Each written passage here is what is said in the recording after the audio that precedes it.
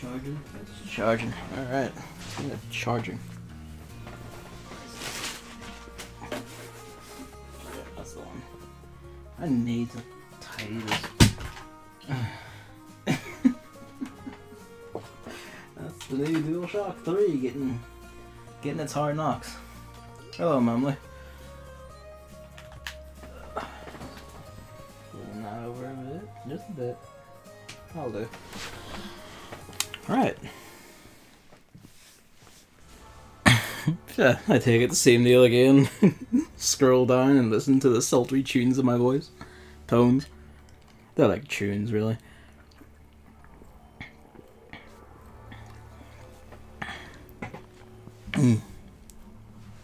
Righty then.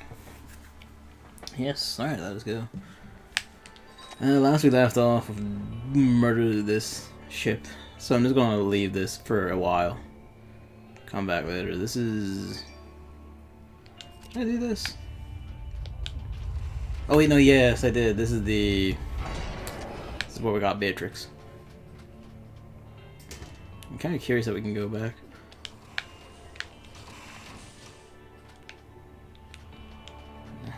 Why not, I guess. Alright. Let's just push on with the, I suppose, the story, because I think we've done all available things. Not perfectly, but we've done all of them. Pardon me. I'm very coffee lately.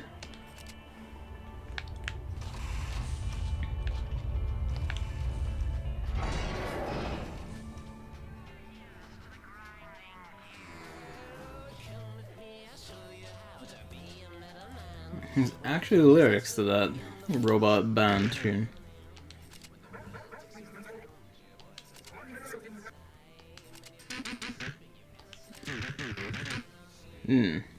Chop Suey, of course.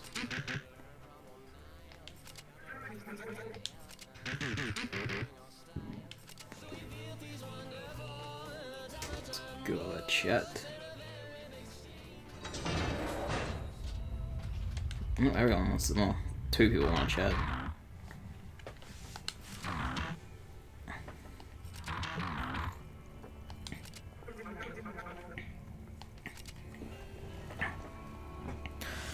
Apparently Ireland and Germany both collectively decided to just vote green. Oh why?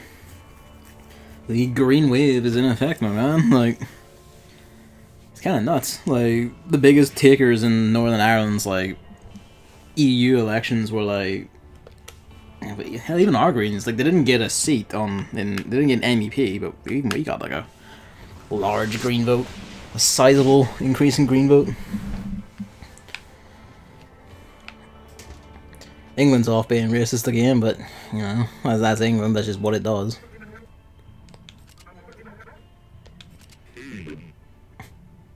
Just notice, he doesn't have a hat on.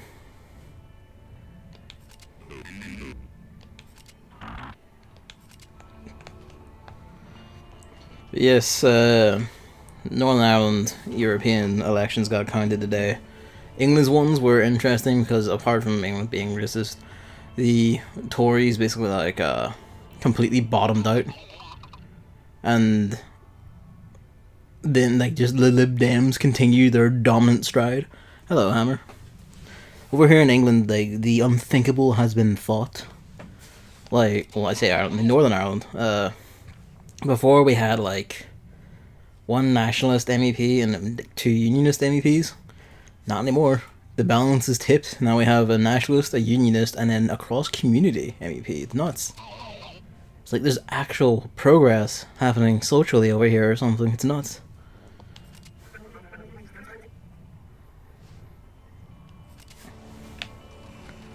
Anyone else? Yes.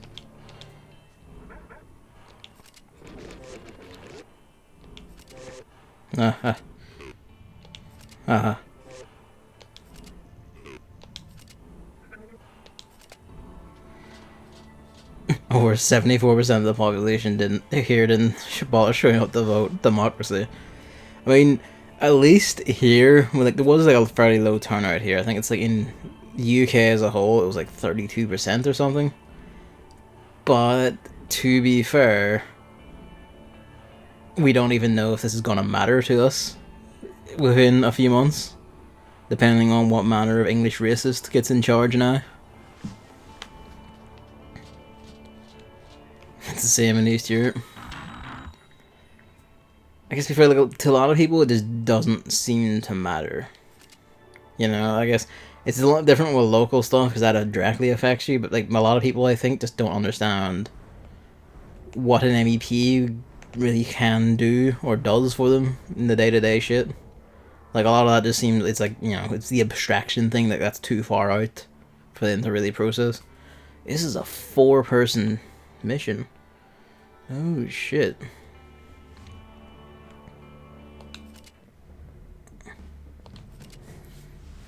I need you to don your hat again. You can have it. Alright. Yeah, we will have you. Actually, I will keep you with the pistol. I know. Could be using heavies, but A, I don't think I would the money to go get one. And B, I think I kind of prefer just having one exploder guy and then the rest as they are. Yeah. You know, we could. I might, we'll think about it. First to get you rigged up.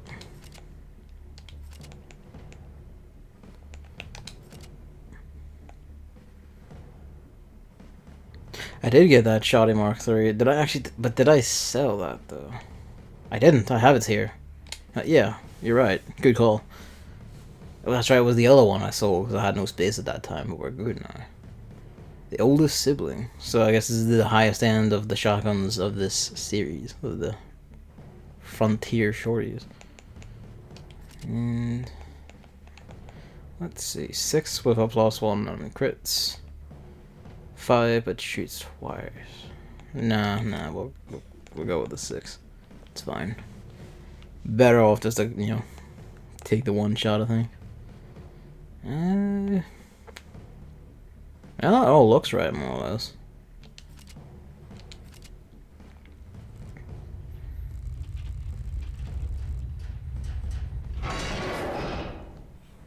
Avast, me hearties.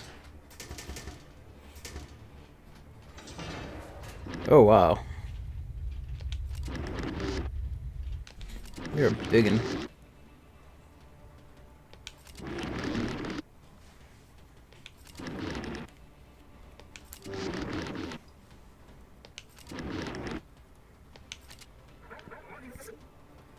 Yeah, old boiler.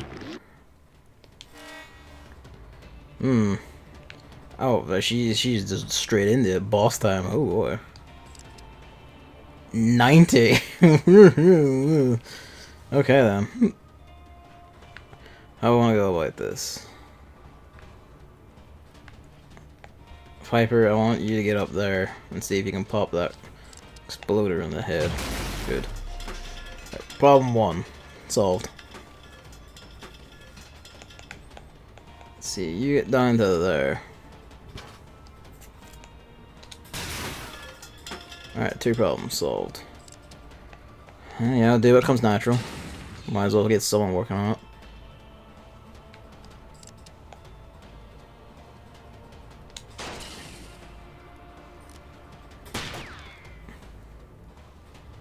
Are you a big melee unit? Yeah, I guess you're a big melee unit. You're a summoner. Oh boy. And you're a melee unit.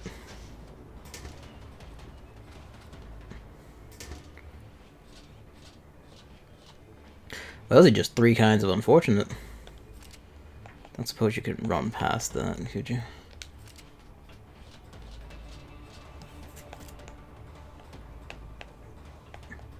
Can't shoot through that. Well, that sucks.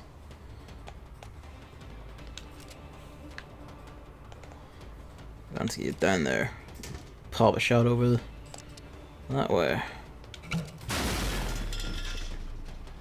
Here's Herbert. And you hit. No one really. Yeah, no one really.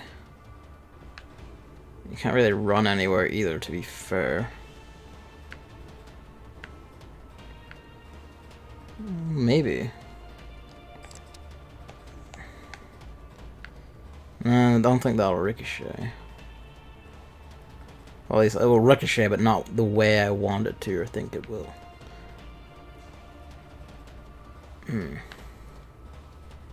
Alright, sure enough, there's robot bits everywhere because we killed shit. I guess that's just these are the selling points of the enemies then, okay. I like that, that's a nice wee environmental detail. Also those in the background. Sufficiently morbid. Right, we'll deal with this first.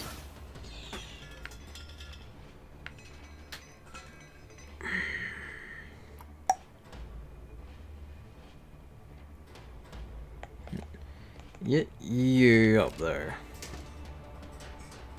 We're gonna be able to, it'll be tricky, but we'll maybe be able to take long range shots and also basically cover that. Oh, okay. He's just gonna fucking go for it. He's just gonna box her ears. Alright, Piper.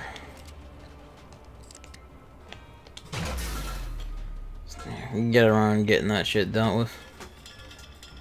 What really disturbs me is the AFD turned out to be the strongest party in some parts of Eastern Europe. The AFD is a Eurosceptic, right-wing party, populist party. In those parts of the country, we'll soon have their local elections. I'm really not looking forward to a part of Germany being controlled by the AFD. I can imagine.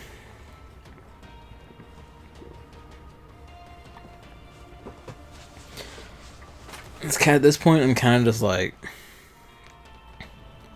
Yeah, it's just kind of like, at least here, it's like... If Brexit does go through, if like the Brexit party does get into power and all that, I can't see that happening anytime soon because the Tories will keep a death grip on their control for as long as possible. There'll be no general election anytime soon. Especially not with the results here where they got beaten by like... I'm pretty sure they actually did. Like in England, the Tories actually got outvoted by like by the Greens for like an MEP seat. Like MEP seats in general, like overall, which is nuts. But righty then. It's fucking crazy. Apparently, like I keep seeing as well as the BBC insists, like, oh, there's a rise in, you know, like Euroscepticism across Europe, and I wonder like how much of that actually strictly matters.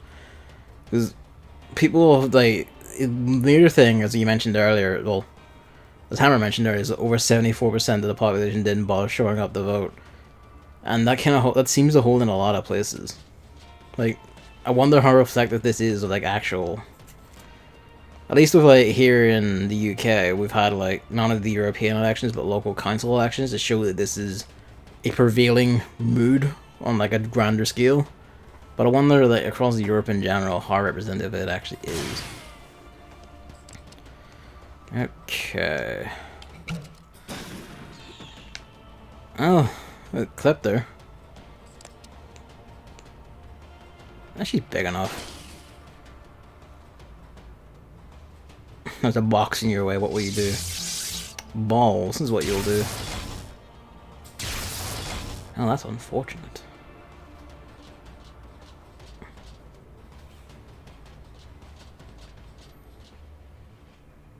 Huh. Up to it.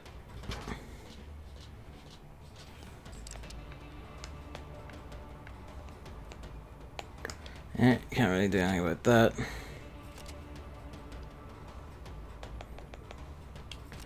You make like the shot of the gods. No, because that's a solid platform. There's too many solid platforms in the way.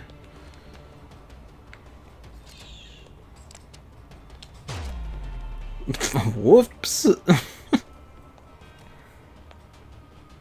Oh, Seabrass. What can you do? I got her hat? Oh shit, sure enough. I'll have to have someone run and grab that in a wee bit.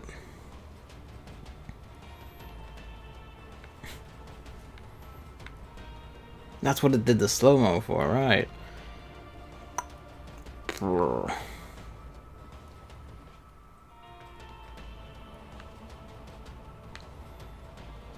Yeah, I think if you just leg it too. Just fuck it. Let them take their shots. Actually, probably. Yeah! Okay, I see. Okay, I see your trickery. Actually, you could hit her from there. Well, you hit the box, but you could have hit her. It's the important distinction. You had the best shot and you whiffed it. Well, this is going to be unfortunate. Well, at least it wasn't the guy with the thing. Oh dear. Speaking of the BBC, I sometimes watch parts of the BBC nature documentaries. Why are they so bad? They constantly edit weird sound and special effects into their videos. Because they fully believe that they have to do that, otherwise no one will watch or pay any attention. At least I presume that, or they have like a whole visual, like video editing department that would just have nothing to do otherwise. Something like that. They're a bit of a fucking mess, is the BBC right now. You definitely get him. Wait, you. I feel like that would be too close there. Well, maybe if you're behind the box, actually.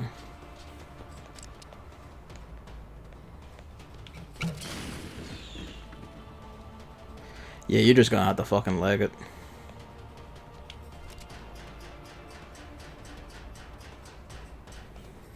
Alright, when I get you, I'm basically also just fucking legging it.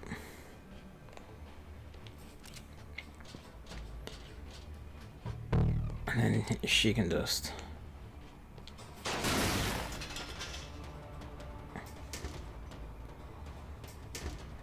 I didn't think about that, but fortunately she did not punch, she just summoned. Well, that's right, she can act both times. This is also a deep tragedy. Deepest of tragedies. Okay, so...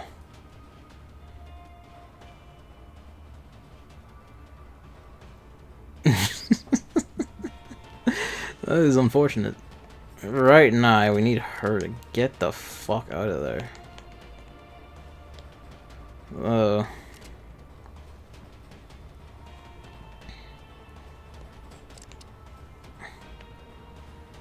know what? No. Free action.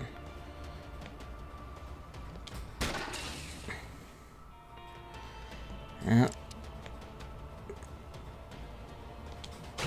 I missed. Yeah, you just get up there and clear us away. He's slightly red. Alright, you might as well go up and grab that. I was hoping that explosion would take them both out. That's tragic, really. This is probably still her? No, I don't think so. I don't think she can get all the way up to that one. That other guy's gonna be a problem, though.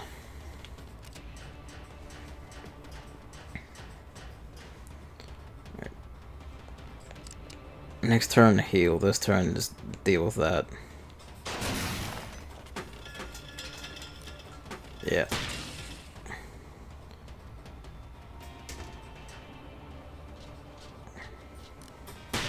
that was almost hilarious. Okay. If you get down there, you can like pop him and then that... Nah. Oh. Yeah. You can deal with that.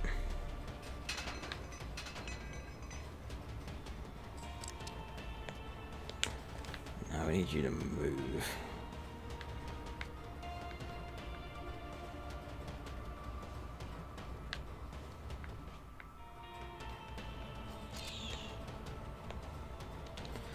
You behind cover. Heal next turn. Sadly, she is not facing the right way. You're a tough guy. You can take any punches you're about to get.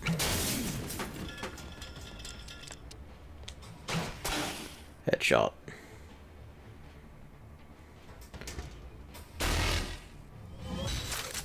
Arguably quite beneficial. Alright. Get you.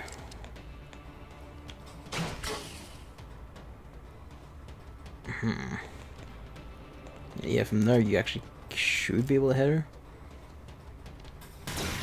Not much, but you did.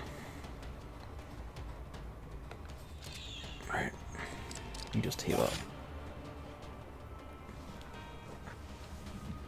See, one time I watched a BBC documentary about octopi, and they get constantly edited in weird squishing noises when they showed a moving octopus. I also once saw one about intelligent parrots, and they made a weird zoom in on the parrot's eye with the Inception noise showing a sped up game of chess in its eye. Good old BBC. Fucking me.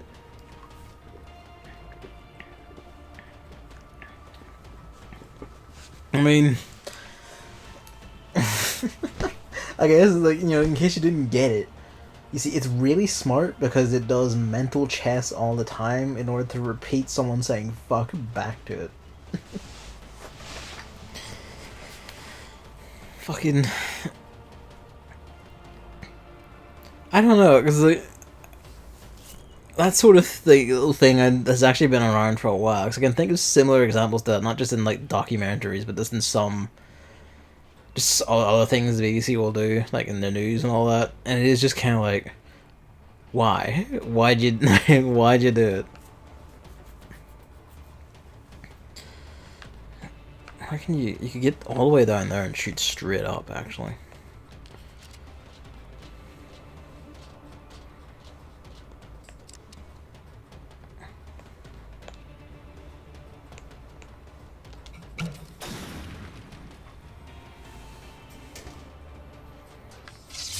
Okay, summon.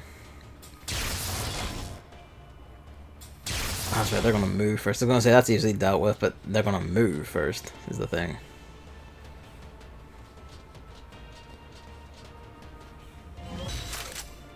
Alright, well. You get there and just, like, you know, pop in the head.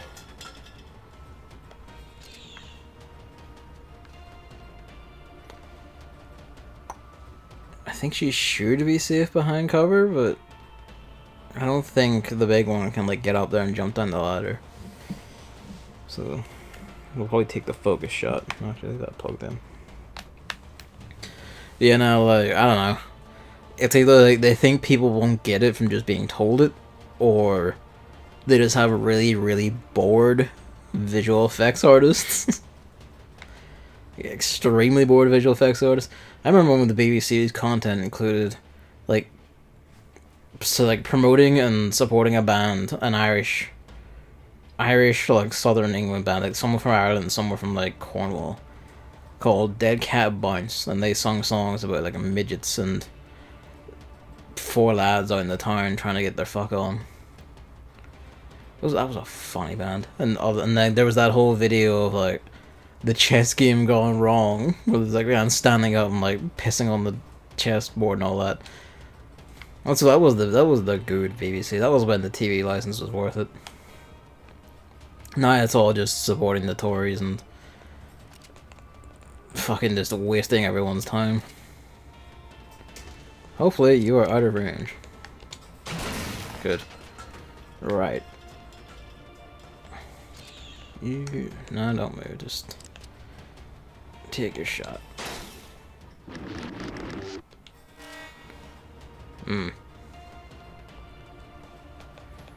So you get over there and just pop him.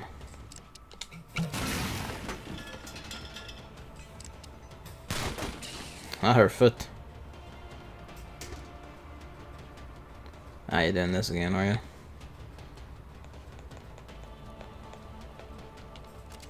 should be able to, like...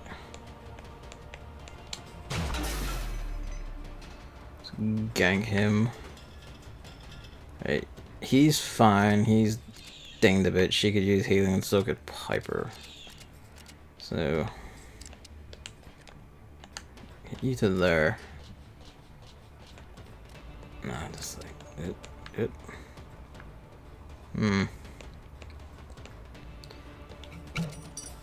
Yo. Did that ding her? I think that dinged her. That's not good.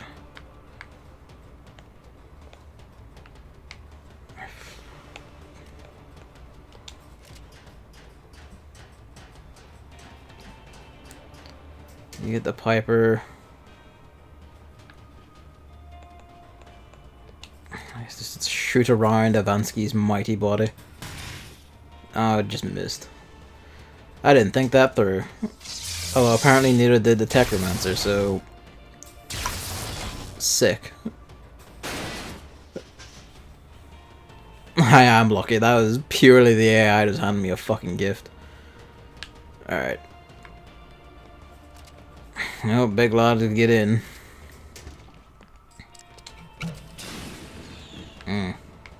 We'll need you down here. You can hit... you could probably hit both of them, but I don't know if you can do it for 2. How far can your tiny legs take you? You might die.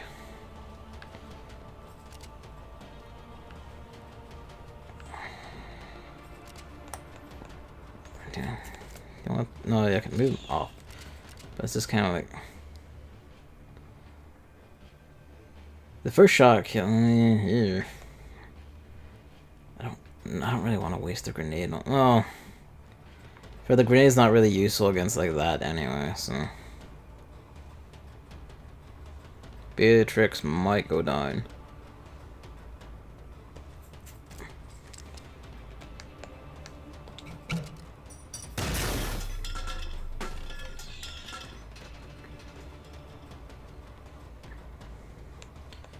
If you can get to like there.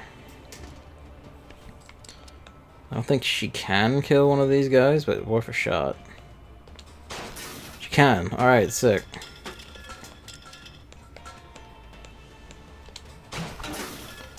Alright.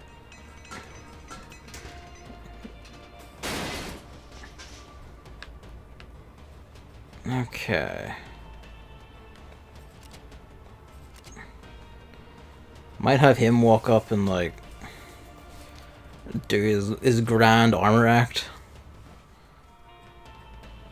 and see if that'll beat her into stopping and punching him instead. While they're trying to get Beatrix to Piper.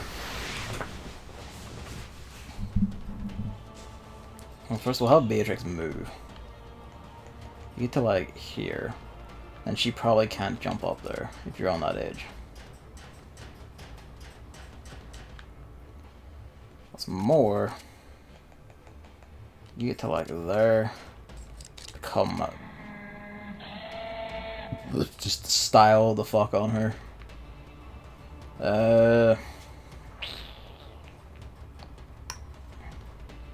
Don't know what I want Piper to do at this point. Sabrass is gonna get cheeky. It is still such a good sign. I continued reading Baki, and the fight between Baki and his father is getting closer.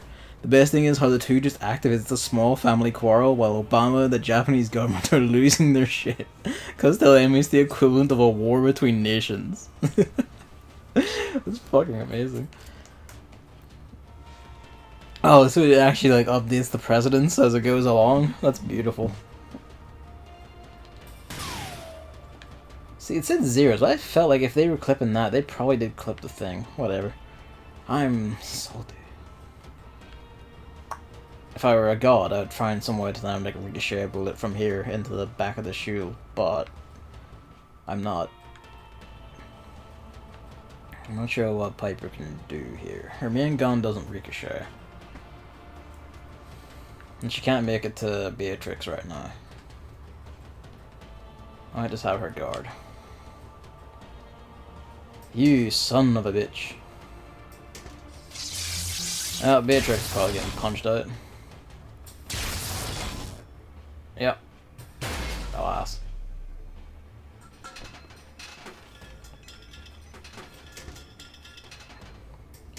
One good turn, one bad turn. Now this is an unfortunate position indeed.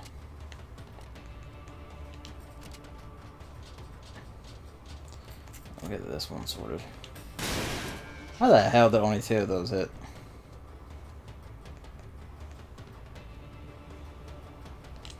Get you to there.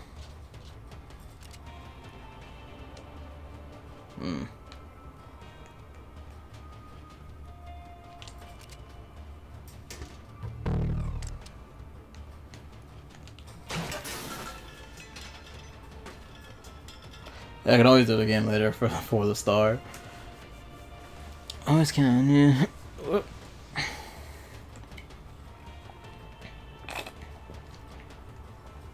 Now, this is the presence, even though it doesn't quite make sense, because only 1 year has passed since the beginning of the story.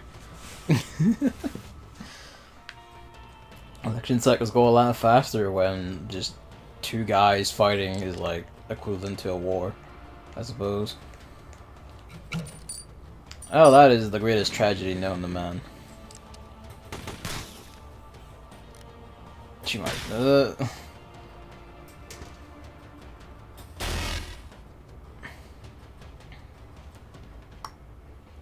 Wish there was a fast swap.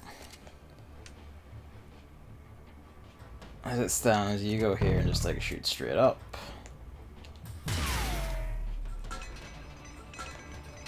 Take like a step here.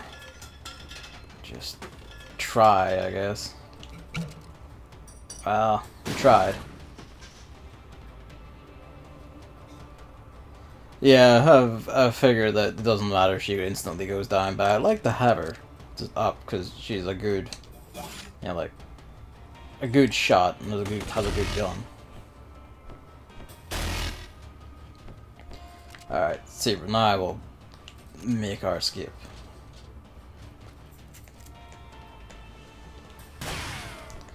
Oh, that's a bit tragic.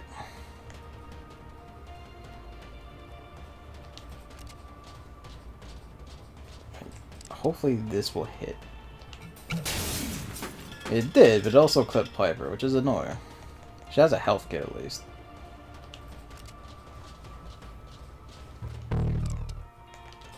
Fuck.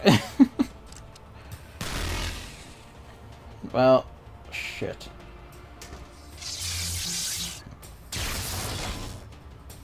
Hear about the thing? Hear everything about that pediatrician in Pakistan? I did not, no.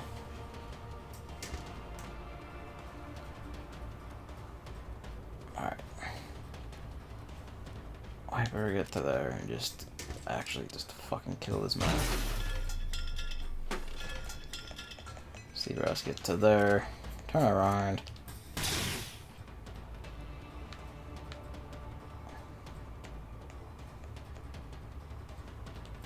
Vansky, get all the way down there. Don't hit yourself. Good.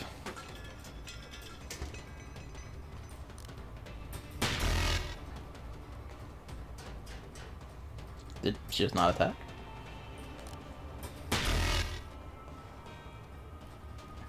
I mean, as you wish. I only did 3.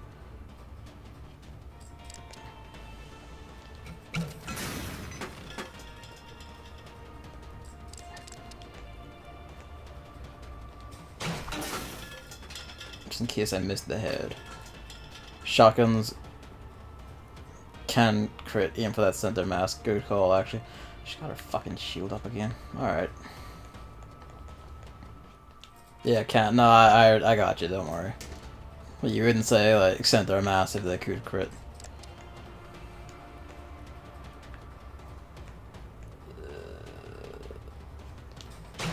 Oh. He infected over 700 young children with HIV by using the same syringes multiple times. Exactly, like, that's syringes 101. Like, how the hell did he get, like, how the hell did he become a pediatrician? If he's, like, he's so stupid he does that, like, how did he become a pediatrician? Fuck me. Alright. You may be able to get a glance at. Just Jesus. That's like. Is he at least being like fucked into jail for it? For what it's worth. No, that's not like much now, but like at least he should be just fucking like, you know, sacked. Like have his like fucking you know. Why does the word escape me? His credentials revoked, like his job removed, and he should just be fucking jailed and all. Right. Hey.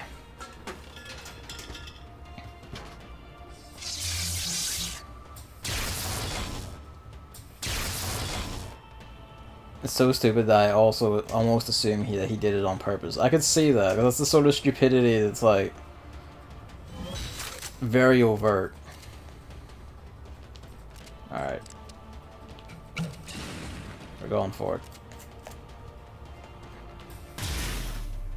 We went for it. Oh, the other ones all crumble. Yes, he's in jail. Good. Thank God. Hopefully never to get back out. Fuck yeah.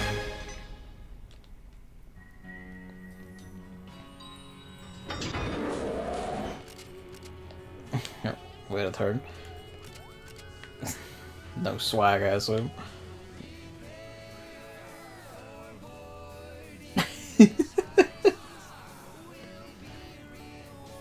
This music.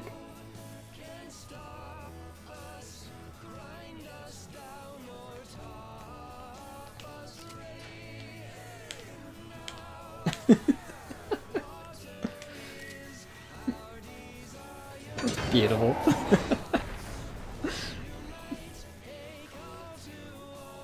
Fakehead.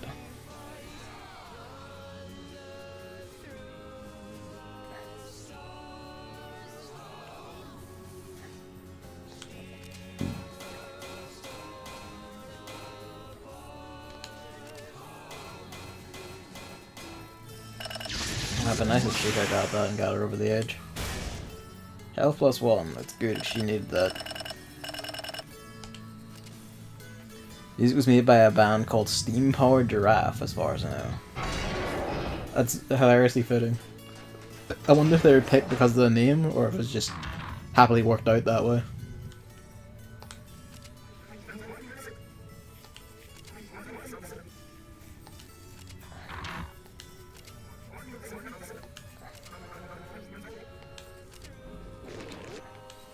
Ready for another adventure? Nah. You lost your hat again, Seabrass.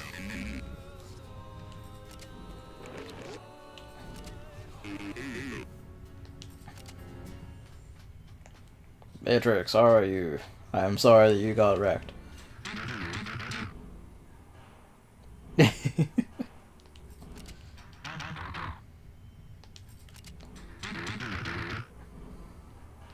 I mean, she raised a valuable point, but I suppose that is a good counter. It's easier to put people back together than a ship. What are you? Ah. DLC stuff. Let's have a look.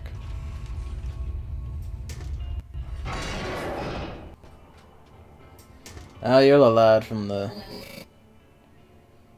You're the lad from the, front of the Ultimate Edition. Which is what the Steam release is. He's on, like, the icon.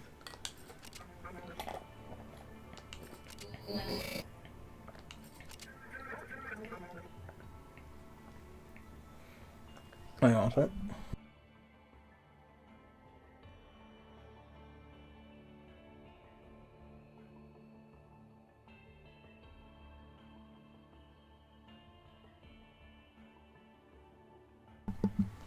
Oh. See, I know Steam-Powered Giraffe. I think they're fairly popular on YouTube. I think all their music videos are steampunk themed. They probably were chosen because of that. Most likely, then. Good fit. This guy has one hell of a story, but that's for you to figure it out yourself. Finn.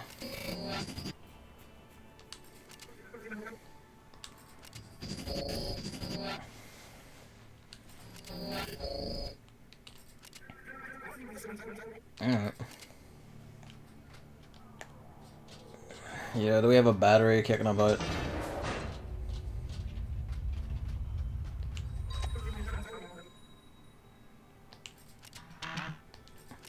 To the junkyard. Oh wait, no, okay. This is back to the lowest part. The junkyard is the new thing. Top of the heap. Hmm.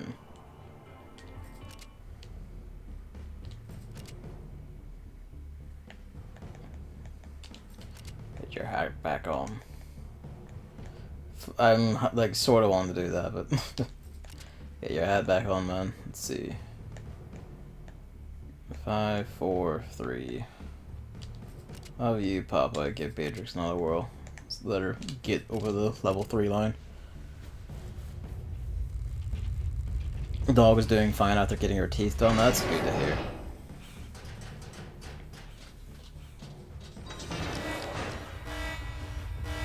Eating fine and all that, I presume, yeah.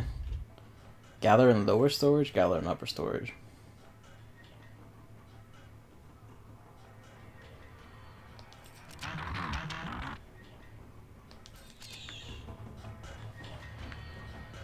Okay. Alright, I see. So let's pile everyone into a room to search. Okay. There's no enemies immediately present.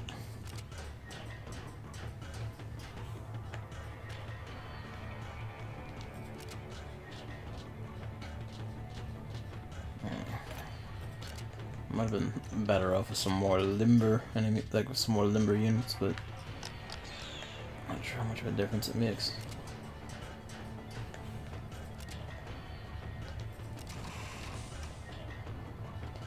Oh, that is unfortunate. Yeah, you're not hitting any of that.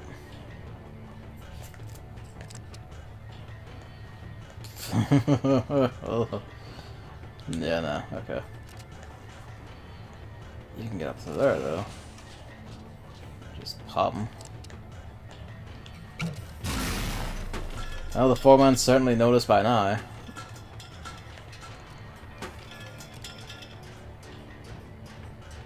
Apparently she had a half broken off tooth in the back of her mouth. She also had a tooth that was split in the middle. Ooh. Jesus. Still, though, that's good. That means you've got, like... if you've got that all sorted, that's good. Like, Stop, what are you doing? And turn the activate. Like, the half broken off tooth especially, that must have been, like, hurting like hell, that. Figures. Wouldn't be the first one, would it? Yeah, I should have just went straight for that, but no. Just get everyone over.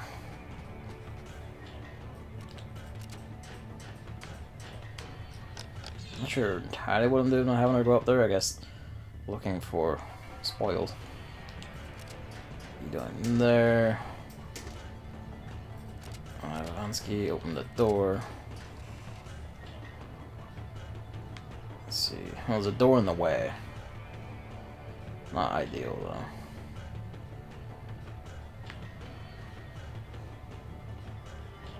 It's only these two? It's only these two.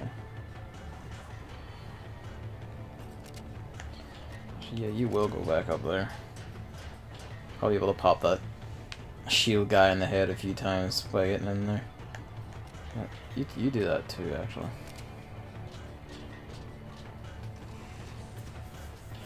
So, like, what's the deal then? It's like, she does have, like, half her teeth out, or whatever. Like, I assume dogs don't have, like, dentures. Right, like, they can't exactly give a dog a false tooth, can they? Well, maybe they can, but... Or you just have to go without it.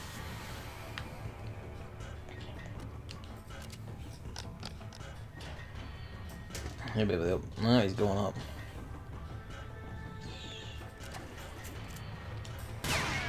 Fuck. Should have given you the gun with the laser sight while the captain wasn't here.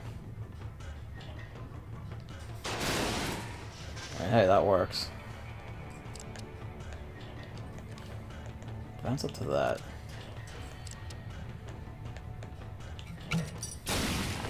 Well, it almost killed him.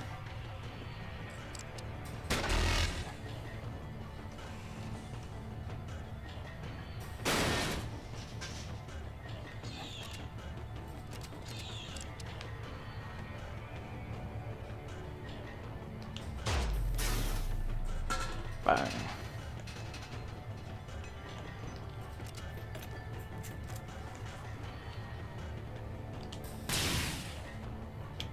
Oh.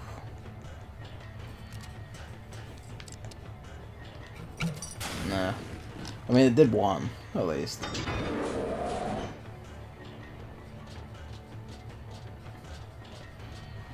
He's trying, bless him.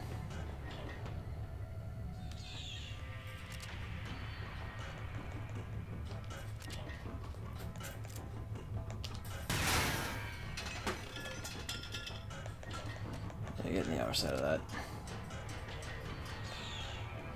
I've been a bit paranoid about my cat's like dental hygiene lately because his breath has been like extremely smelly for a while now.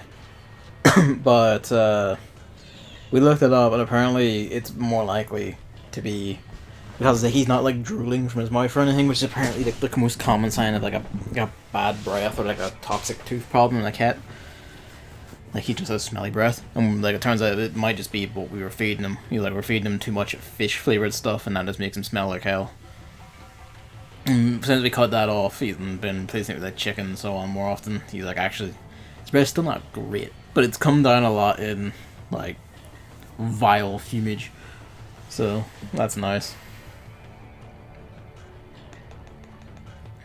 You can like get to that and then move again, like there. Get down to that. You might be able to actually clip him. Or you'll just damage your own thing. Maybe end up a wee bit more, maybe. They actually didn't pull out any teeth. They just drilled away all the bad parts and gave her an antibiotic against a tooth infection. Fair enough. Oh shit.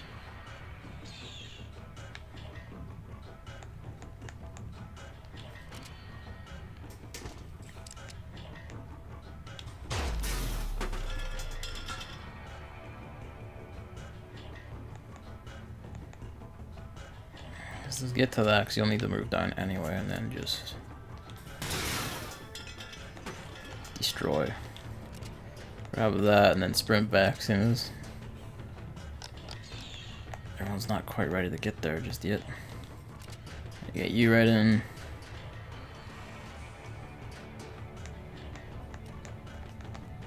I know it was like up here, which it didn't go to, so it's probably like more swag, and it's actually quite big. I get the sneaky suspicion that once we do this, we're actually going to have to go up there anyway.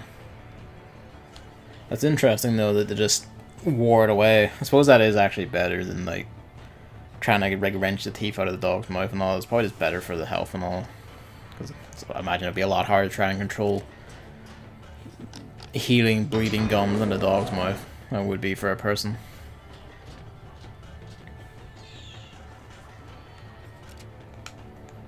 Get in there and get this checked. I'll get you over there, so we're all basically out of reach of the git. Yep. At least his head up on notice, but you know.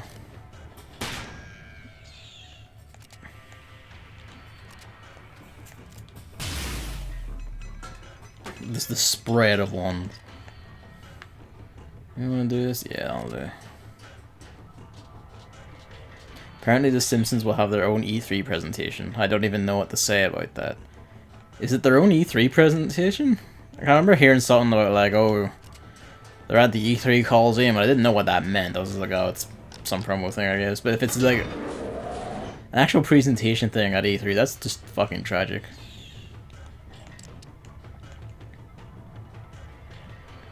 You're better off moving and shooting instead.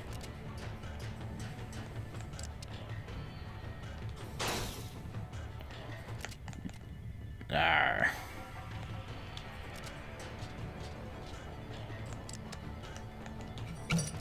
Oh shit. I was hoping to bounce it onto his head and try and like minimize the chances of getting clipped by the explosion. But fuck it then.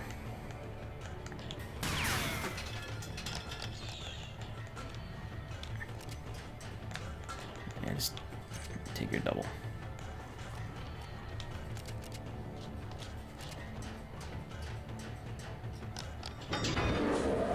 He had to move out of it first. You get... No, you can't. Yeah, just shoot him from there.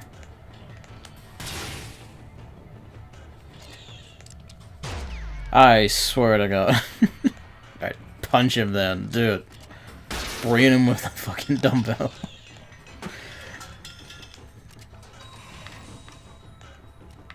Okay. We'll check this small room first before we do anything.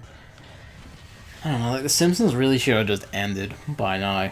I know, like, that's the whole thing of, like, well, you know, people must still be watching it because, like, they still find it profitable enough to keep giving it new seasons. That or it's, like, just cheap enough to justify it, but it is kind of like... the whole reason, purpose, and meaning is gone. Like... I don't know why it's even around anymore, and the fact that it has an E3, a presence at E3 is fucking baffling to me. It was something about a panel at E3 Coliseum. I don't know what that means. People talk about it as if it's their own presentation. I get the sneaky suspicion this is just like the next part of like that trend where, like, you know, games news sites will always post like, they'll post about, like, you know, like TVs and TV. Movies and TV. Movies, TV, and, like, music and all this other, like, all our media shit because, you know, desperately need any kind of attention, desperately need any, like, people coming in to bring actual, like, traffic and money in. So, you know, just don't cover games only anymore, cover, like, fucking everything. Well, still ostensibly calling yourself a games news site.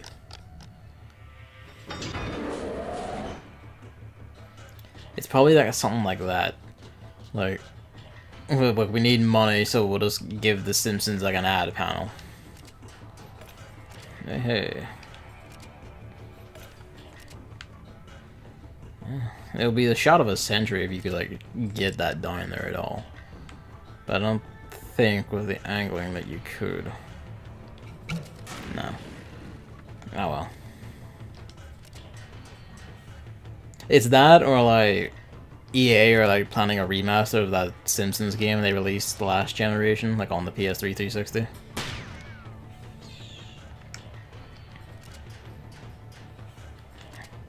We're getting the big scrap in here, judging by this. I don't remember how the last time I saw a setup like this is.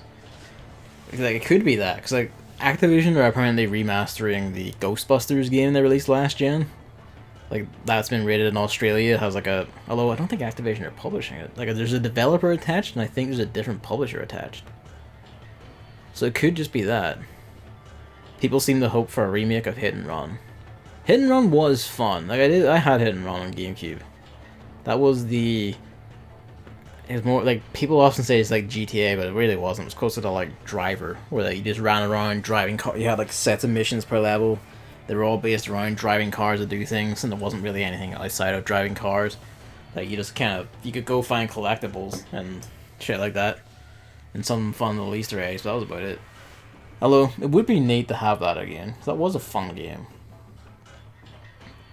It would be infinitely preferable to the one that was... I think Road Rage? Like Road Rage, which was the Crazy Taxi ripoff one. And, you know... Not a very good Crazy Taxi. Frank the Foreman.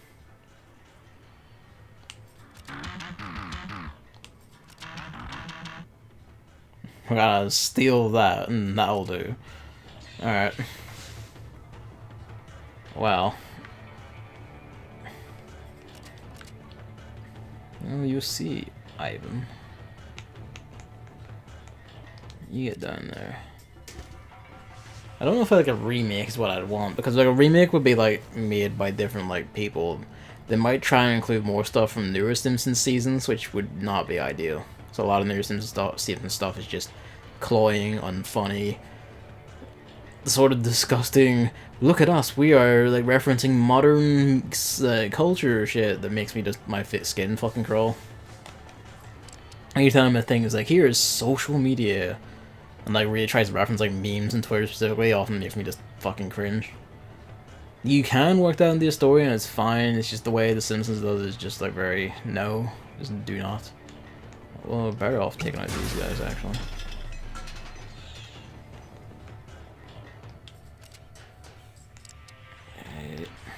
Oh shit. Should be able to clip him from there though, because he's just fucking standing up.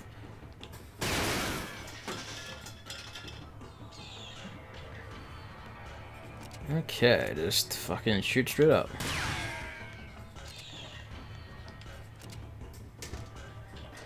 The gunners are down, so just... Damn it.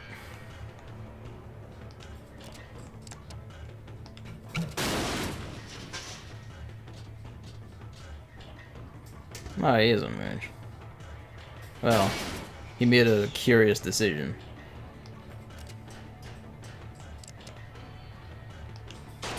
Hey, he can't move. You can just get straight up above him and shoot directly down. Like a remaster of Hit and Run is like, that would be ideal. Like a remake, or like any of that sort of thing wouldn't really. I never played the Simpsons game from last gen. I don't even remember hearing if it was good or not. I just remember it existing. I know it was made by EA and I just didn't have any interest in it.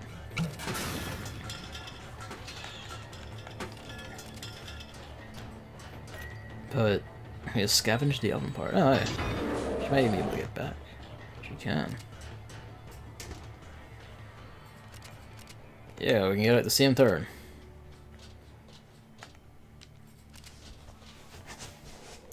I mean, it's also likely it's just an entirely new game. We missed one somewhere. Whatever. It's also entirely likely it's just a new game entirely. But I don't know how much I would care for that. Increases critical hit chance by 50%. Ooh. I do like my headshots, especially with Piper. Oh man. Oh, hello. Countryside arm. It's only one shot, but it's a better shot. Those are good, and I don't remember them. Ming vase. It's 2,000. Oh shit. Yeah, glowing, honestly. Titanium alloy. Oh, this gives the man the ability to... The thing about the like, can never restore all damage taken that turn means it will like cap itself to start like to Euro max -1. I might give that to Seabrass and just if they stack, that would be fucking sick. Thermal core. It also improves for people who already have it. Good, exactly what I want to hear. Let's go on Seabrass and we're gonna get him sorted. Bees launcher. Whoa, shit. 10 damage nuke. Obviously. Seabrass can take 3 damage and heal 2 next turn. That's ideal. Double shot. Hey. Now the question is, does double shot like stack with like a double shot gun and just let him shoot 4 times?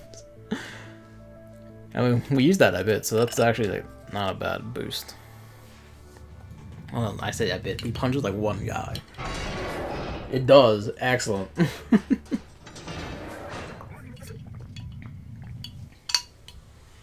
Hello, my son. He's coming. He's up on the window. That might be fun to mess about with and do like the quadruple shot. I really do like, this is something David mentioned as well about Gungeon, was like the way like so many power-ups would just like will just merge in ways that are technically broken or perhaps too advantageous, but that's the way it should be. Like if you manage to get like a thing that makes all shots explode and then a gun or an ability or whatever lets you just multiply the amount of explosions produced by an explosive thing, like those two should just mix and like create shit. These aren't like specific examples from Gungeon, I'm just making shit up on the fly because I can't remember exact examples he told me. But a lot of games, like I hate it a lot when a game will you'll have like these two things that like combined together will be ludicrously powerful, and the game would like the developers just locked off that combination because that would be too unbalanced. Yeah, that's the principle introduced by Binding of Isaac. Yeah, no, that's ideal. Like that is the ideal way. Like just let the broken combinations happen, because it's more fun that way. In a game where it's like not randomized, like you're not rerunning from start constantly, leave them, like, if it's something like the player has to like exert effort to get to, just leave it in. Like, they have to work there to get it, that's fine, as long as they have to work to get it. Just leave it in. Like, it's the thing I do, like in the Persona, like Persona 4 Gold and Persona 5, I just made invincible personas that resist everything. It's like, I had to like finagle that together using the fusion system, and if the game didn't let me do that, I would be so upset. It did let me do that in both games, probably because I didn't think anyone could do it, in Persona 5 at least. But you can, with, you know, the right persona and enough thinking. I just read the description of E3 Coliseum from the website and didn't learn anything. E3 Coliseum brings video game fans closer to their favorite games and creators. Held during all days of E3, celebrates the world's most powerful form of entertainment with panels, conversations, and other special events produced by Geoff Keighley. Okay, so it's another one of his like game presentation shows, just directly sponsored by E3, I guess. Although the Simpsons are there, maybe it is like a remaster of that game, or maybe it's a new game. I could see that, but I don't know.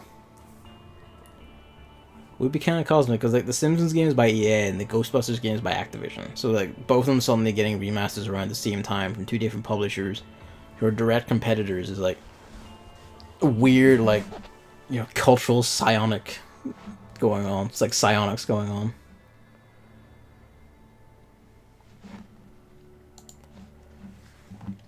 That's right, there's this thing, topics I just noticed Dave sent me messages on Discord about it. Like, Death Stranding is like ramping up suddenly, because there've been like 2 teaser trailers about like Create the Rope, Reconnect, and apparently want to find out on Wednesday more about it. Fucking buzzing about that. I'm like, I want to see this madness unfold. But yes, I don't know, maybe it is like a new Simpsons game. Hey, he got back up. He's got a heavy gun.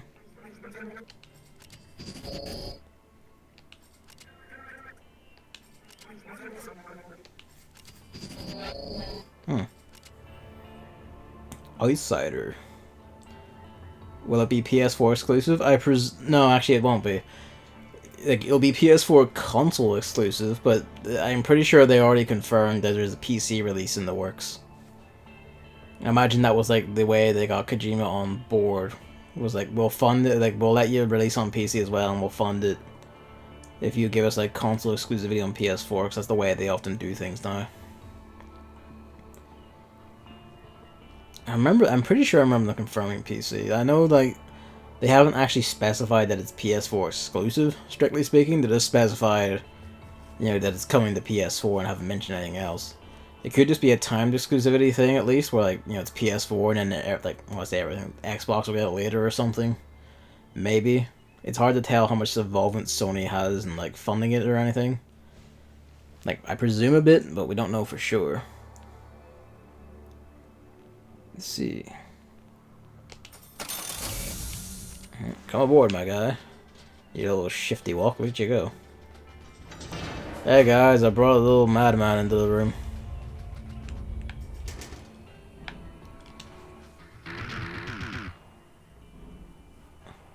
Fathers are both fighting bots. Their parents are fighting bots, and their parents before that.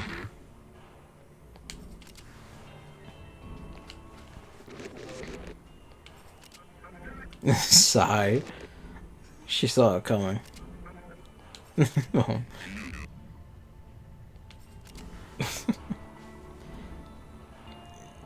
People keep going like, we don't know what Death Stranding is. It's so confusing. I just want to know what it is. And it's kind of like, kind of know what it is. Like, it's kind of, at least from what we've seen, it's probably going to be like Kojima's usual sort, where it's like, you know, oh, pardon me. It's like, you know, stealth game, story focused stealth game. Like, it seems pretty clear cut. Whole cycle of like dying, resurrecting in this world of weird arcane monsters. It seems fairly clear cut. They did show a lot in the last trailer. Yeah, like it all seems fairly clear cut. And the real question is, what does any of it mean? Like, what madness is going on that we haven't seen yet? But at least like the whole world seems like fairly clear cut and actually fairly interesting. Gabriel.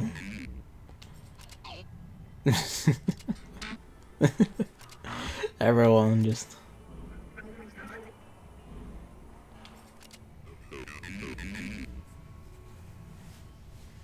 A whale.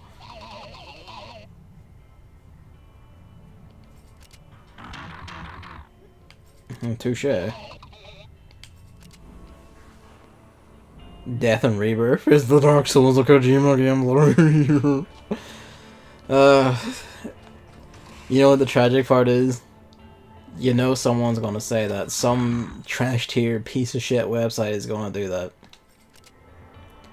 You know, it's a game where you die and then, like, resurrect. And in any fashion, that means it's Dark Souls. Dark Souls will never be free, even though it's not, like, active anymore.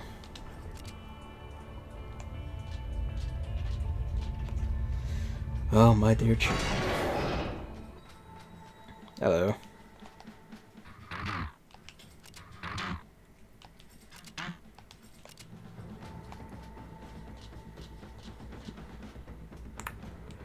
Well then. Before we talk to him, Myrtle. I guess this is a side quest. Yep. Sure. Door locked. They turned the potted plant upside down. Why would you do this, you madman?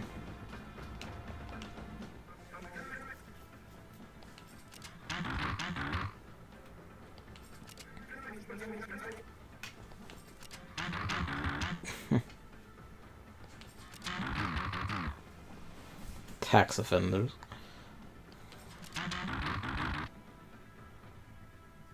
Nowhere to be found, huh? Oh. The cat just sat down on my foot. Preparing to sleep on top of my foot.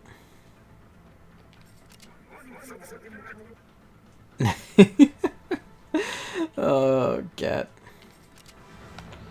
You poor bastard. These guns are like mining picks with rifles just shoved through it. I'm guessing this is our next faction of people we're going to shoot the shit out of.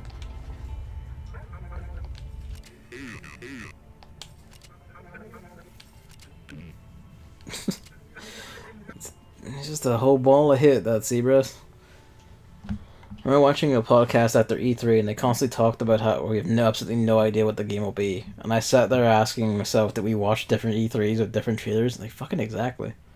Like, it's pretty clear cut. Like, it's, you know, it's what Kojima does. It's, you know, you sneak around monsters and you have poetic story-based, like, sequences where you walk around reflecting on, like, the collapse of civilization, I guess. But, you know, like, it's... the themes like seem pretty obvious. The gameplay seems pretty obvious. It reminds me of No Man's Sky. That was another one like this, where like I remember there was especially IGN in particular, because they have like a bunch of hosts do a whole E3 show, and they actually got into like a shouting match on going like, one of them was like, I want to know what this is. Like, they haven't said what this game is. I don't know what it is. It's impossible to understand. It's kind of like, they weren't the only ones doing that. Loads of people were just going like, we don't know what it's like. We don't know what it is. Like, what is this game? Like, what is it? And it's kind of like, from the offset, it seemed to be pretty clearly just another survival. You walk around, you know, like, you know, survival game. You walk around, you gather materials, you make shit, explore, and just that, but with just like purportedly endless possible places to explore. Like, it was pretty dyingly obvious from when they showed like the first gameplay trailer, even though most of that was fake. The actual core of the gameplay shown was pretty accurate. You just walked around, you just broke stuff or materials, you built shit, you flew around, that was it. And people were just going like, we don't know what it is, I don't understand. It's kind of like,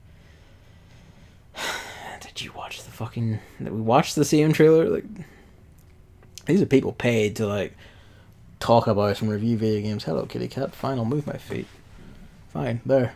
I have moved my feet. Are you satisfied? Why? He stared me in the eyes there for a moment and then just went back to licking his balls. Well, licking his patch. I'm gonna fight some royalists. Fuck it, why not? There's that tree she wanted. Ah, new map.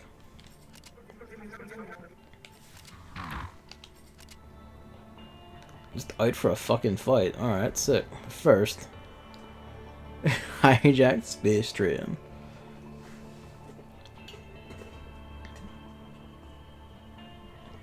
Usually don't pirate games, but I have to admit that I pirated No Man's Sky. I really didn't want to buy it, but I want to see what the shit show was about. That's entirely valid. Like, if like a developer doesn't, or a publisher doesn't want people with like the pirate games just to try it, release a demo. Like, that's just the end all be of it. Either release a demo or just accept people are going to pirate it to try it before buying it. With an interactive medium, letting people try before buying is like not only like what you should do, but that should be the way you sell your game. You let them try it first, and if they really like it, they'll just fucking buy it. Like 9 times out of 10, like they will just fucking buy it. You just let them like have a go. That's why like a lot of times now Kickstarters, the ones that succeed are also ones that launch with a playable demo already. Not like we'll release one later during the campaign, but like day one, playable demo, try it out, and then support us. Which is hard to do. Like, you need resources together already to do that. You need further along in development enough to have a demo, which is sad and kind of restricts part of like the strength of Kickstarter. But it's the way it is. Like, people know what they're getting into or have an idea of what they're getting into. They're probably more likely to buy up, pay in. I've never played a game that was so poorly optimized. I remember like at launch, I didn't play it, but like David bought it. My friends David and Nathan bought it. Nathan still plays the shit out of it now. I've all the the upgrades and updates and all that and the fixes. He loved it from day one, to be fair. David was less fussed, but he played it until he got the platinum anyway. And I remember like he was just describing it to me how like it would just sometimes it would just go to shit. Like the game would just melt on PS4 and there's like sometimes it would crash, sometimes a frame rate would just become single digits for a bit for no apparent reason. So I can't imagine what it'd be like on PC, where there's even a wider range of hardware and hardware combinations to try and account for. Considering that, they basically rushed development out the fucking door. I notice get the epic swag is actually one of the mission conditions this time, which is interesting. I think for this, we'll give New Lad a go. Junkyard Thumper. Anyway, maybe we do need another heavy gun. I need to sell this shit. I can sell that now. Sick. I'll keep that, the experiment with like the quadruple shot, but I might sell that after. No, I will just sell that, because I prefer having the 2 free actions, even if they're lower damage. I'll keep that around, just in case. So, actually, what? Put that on you, why not? And give you... have to be a gun that can crit.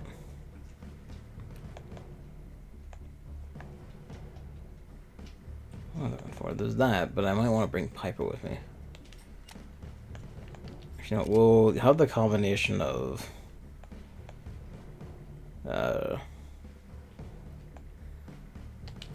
Piper and him. We'll give him the big cannon this time and give her the goggles instead. Yeah, we'll replace the sidearm with the goggles. You can have that, and how medkit are doing? I don't know. Let's take the active healing. Maybe that'll balance out better.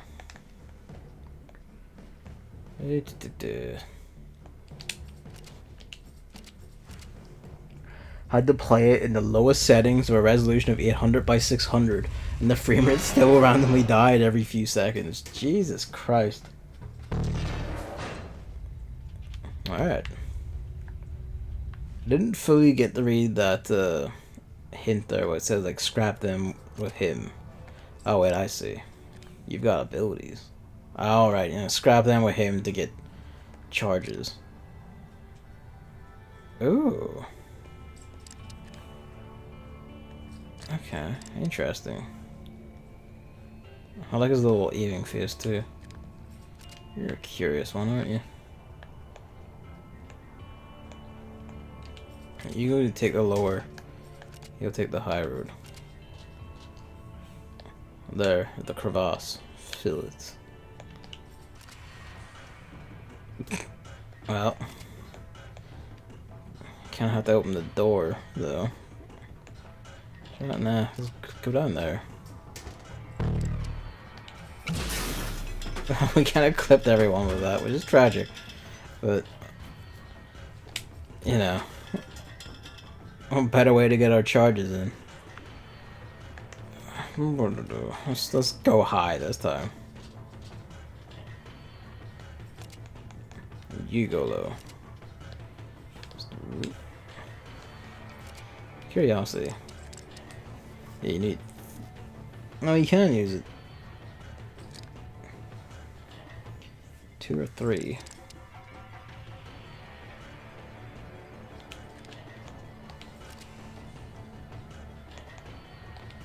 Go to there and...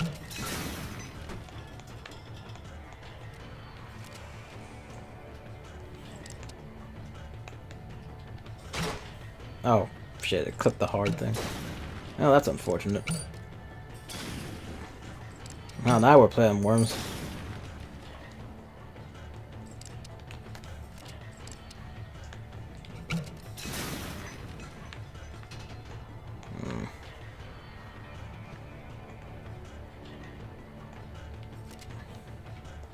Yeah, really, explosions everywhere. I don't think she can hit anyone, that's the thing.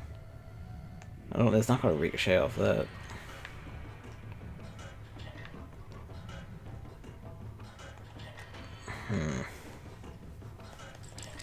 I think just take the L on that one. Oh, excellent. Yeah, let you have the kill. Get your charges in. Fucking excellent.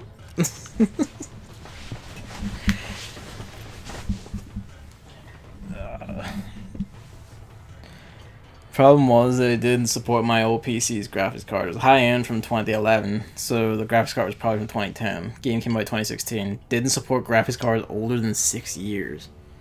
Jesus.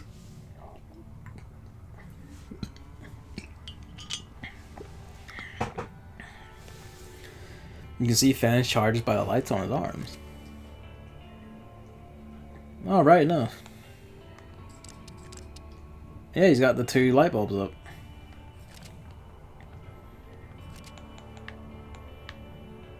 That's a lovely wee touch. We'll switch around again. You go at the top. I might make you use your heal juice, seeing as you have it. Might as well use those chargers or something, might as well learn how it works.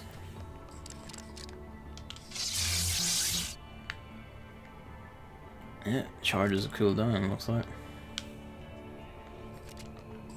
Yep, okay, I see.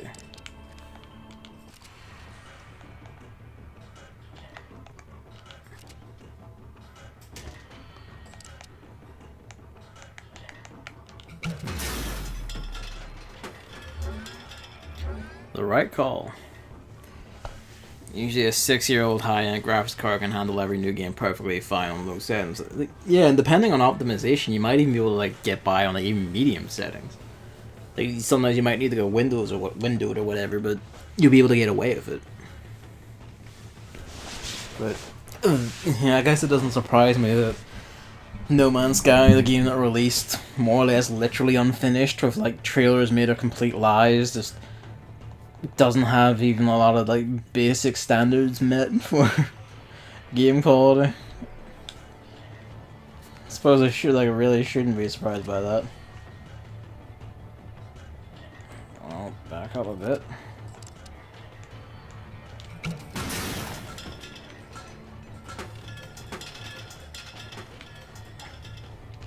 Might be able to hit her from there, but yeah. No, he's going up. He's not gonna hit anyone. Oh, fuck me then. Alright, he did hit someone. But hell, basically dead on too, so really fuck me.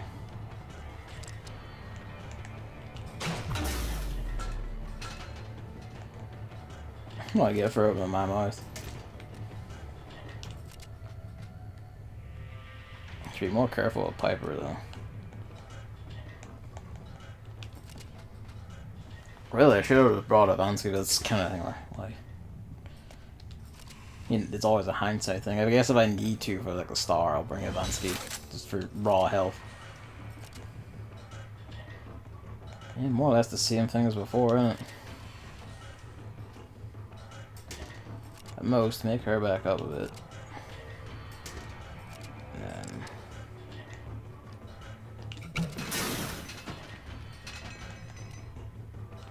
job done.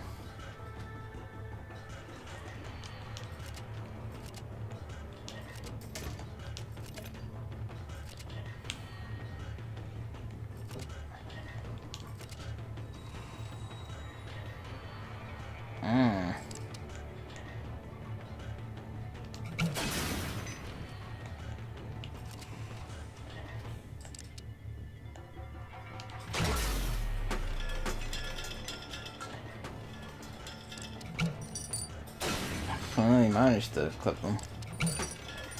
That guy just decided he no longer wanted to be here anymore.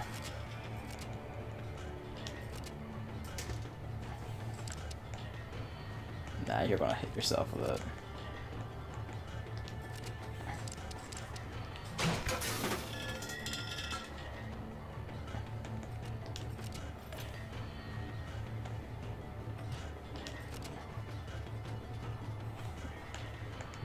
That might be RB, no worries. Yeah, like... fucking... no one in the sky was a particular disaster. I sort of feel like there hasn't been like a hype mania, like... there hasn't been a game that's called, like, whipped up the hype that makes everyone, like, fucking go into this insane hysterics, whether they're for or against the game, or, like...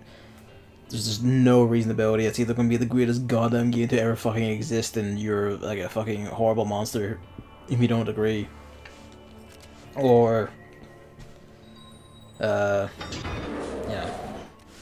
Or, you know, it's going to be, like, it's completely unfathomable and, like, no one wants to say what it is because they're afraid it's going to be shit or whatever. And it's kind of like, no. I feel like there's been a deflation in, like, the irrationality of people being hyped about games since then.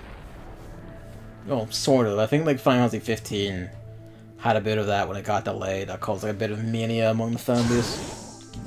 But otherwise, like, everything's more or less in order. Rusty heavy armor, yeah. I'll probably sell that to minus. Nah, we can get rid of that. Oh, there's our thumper sorted. Sell one item. Alright. And I'll sell you too. Oh, I can't sell to right now. I'm gonna go pop around the shops and see if there's any more like inventory increases that we can thieve. That hat does fit him.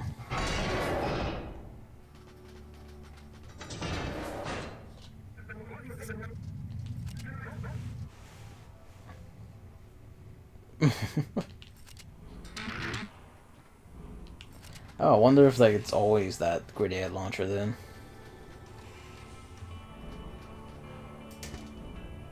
No, no dialogue. Just making sure. Let's see if we can arrange the deal unless there's no need to actually follow up about it. Might as well be fair. I really want any of these anyway, nah.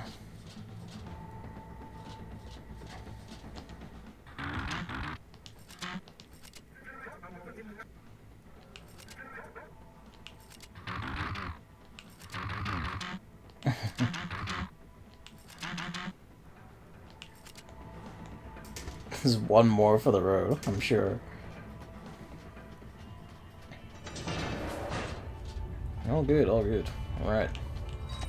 It's nice that you can actually do like little scene follow-up.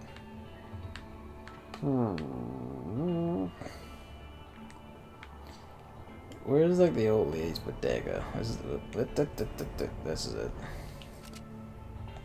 So I feel like there's a box here I haven't bought yet, and I might as well get it while we're flush with cash. People need to buy more weapons. Yeah. That shit. While we're at it, we're just gonna go sell that, this one. Biggest problem with the game itself was that almost every planet had life on it, but with fairly little variety. I think it would have been better if there were fewer planets with life on them, but those planets should be more interesting. Yeah, no, that sounds about right. Like, cause I remember seeing, you know, from people's videos, like even just watching people's videos, I'd spot a lot of obvious skeletal repeats. You know, like like you see, like that's the same two-legged dinosaur, that's the same little four-legged mammal thing. It just, it looks a bit different, but you can see that the underlying skeleton is the same. What's your deal?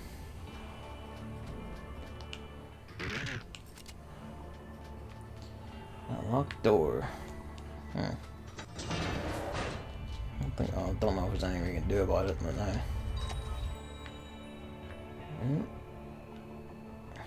that's pinging, like there's something that matters there. Even though we already been there with Fens, I guess go back and have a look. Or is that just like a little aesthetic thing about it? I suppose kind of the part of the thing was like, what could, I guess that was just part of the aesthetic. It's kind of what they needed to put more in just to find, I guess, but I don't know how well they could really do that. Cat just suddenly wakes up and began looking. Just going to the core. Having dealt with the scrappers in the outskirts, our bold captain and her trusty crew raced towards Royalist base on a mission to hassle the Queen a bit. A bit. The Royalists once had a righteous cause in reassembling the world using massive chains. Nowadays, they're mostly pushing people about. Good job, guys. The diesel running in their tubing makes them less vulnerable to the water shortage. This makes them strong and lets them behave in pretty much whatever way they like. They waste their power and resources on gathering old junk and artifacts from the past, storing it all in giant warehouses. Is there some grand nefarious plan to this madness? The Queen seems to care That's a hell of a design. the well-being of her steambot subjects. Someone needs to put a stop to this monstrous monarch. Shoot the Queen. That's like cooking with something on that bookshelf. Royalist Taxon Forces.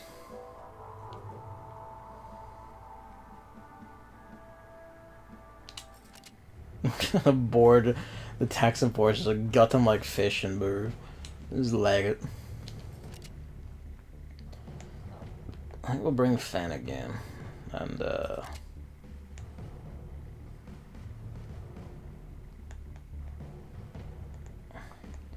50504 03. We'll bring Beatrix as well. It's the Thumper Mark 2, Thumper Mark. Oh. Okay. Yeah, why not? And seeing as you can't regenerate, you should have that. Seeing as you can regenerate, you should have more ways to kill, really. No, let's give you an armor. 2 armor plates. Yeah, why not? 2 armor plates.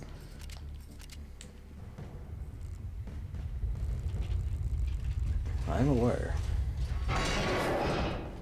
Alright, Demolition's crew, get the fuck in there. Interesting, the blue glow on the floor. Diesel power. Ah, I knew it. I knew there was something up with that.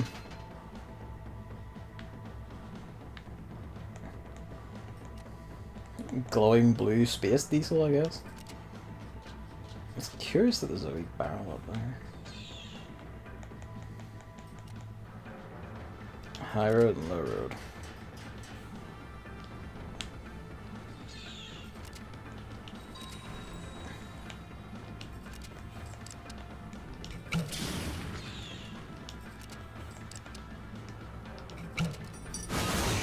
Oh, well, I got the generator.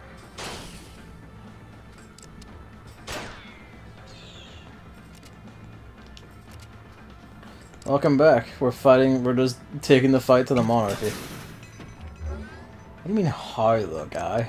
He has a gun. That bounced off the shield of his gun. Motherfucker.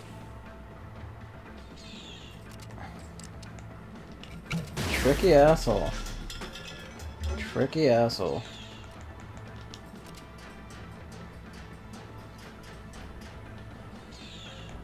We'll just shuffle back and collect these. We already got one of the generators, so that's good.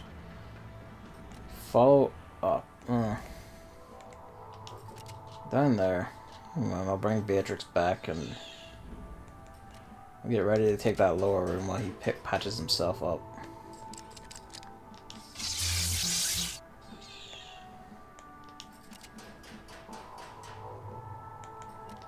You get ready to pop the door. This is the big room.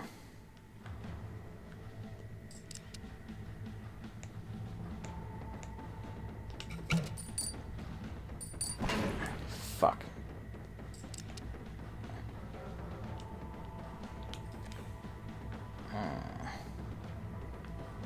Really should have brought someone with a more precise gun. That's fine though.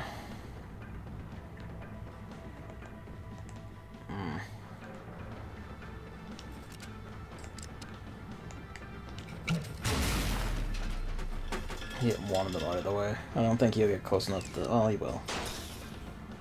He will absolutely get close enough to attack. Oh, what? You sneaky bugger. These guys are tricky ones, aren't they? That wasn't ideal. He might go down. I might need to redo this one. These guys have tricks.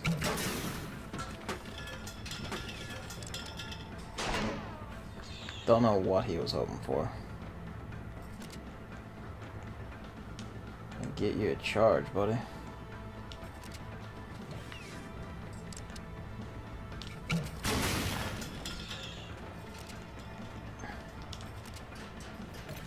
Okay, that's interesting. So to make sense, these guys are more actually like together and prepared. Since they're an actual like combined group, and you yeah, need more kills. Oh, maybe that didn't count as his because of the explosive barrel. People's main criticism that the game is just grinding for more grinding didn't bother me much. My problem was the best equipment that you get still feels kind of bad. There's just no reward for your grinding in the end. I mean, it's like survival games and stuff. Like I know, like it can be considered like serious grinding, but I feel like that's kind of the point. You're like just it's all about like gathering together whatever you find in the environment to like proceed and all that. But then, as you say, you know, if the rewards just feel bad anyway, it's kind of like, well, what's the fucking point? There's another big room.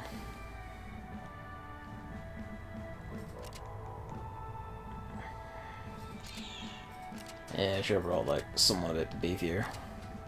These two are actually frail. Like he can regenerate and all that, but these two are a wee bit frail. Lieutenant Hankton, Tinklesmite.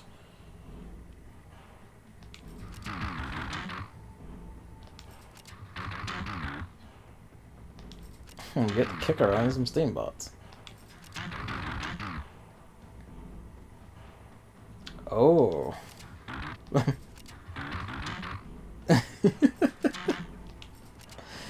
Alright. You say so, buddy.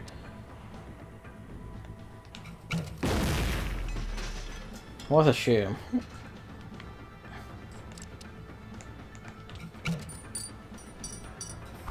He's a god.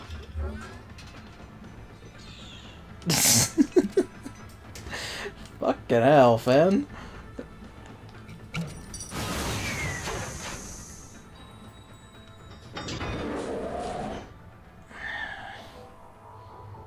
You just get yourself up there.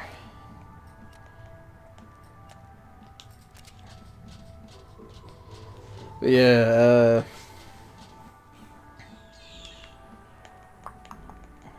actually, there's a bunch of swag. I didn't see these two in here at first glance. Grabbed a lot.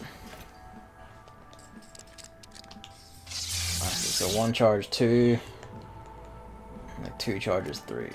No worries. Nice shot. Like, it was not the shot I was hoping to make. It was far better than what I was hoping to make. Right. All the way up.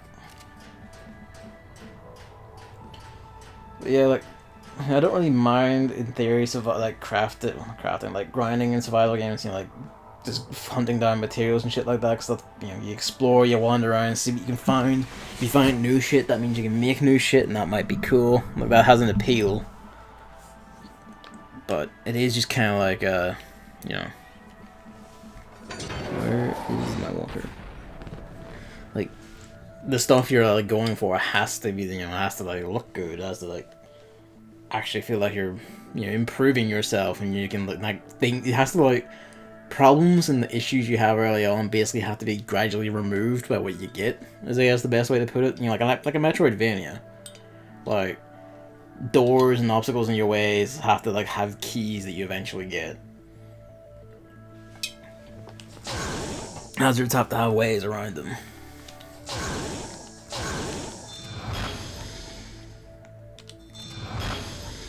Duke RPG. Royalist sidearm. Oh, that's just a straight upgrade. Alright, sick. Sell the scrapper one. The royalist one is the same, but with +1 damage.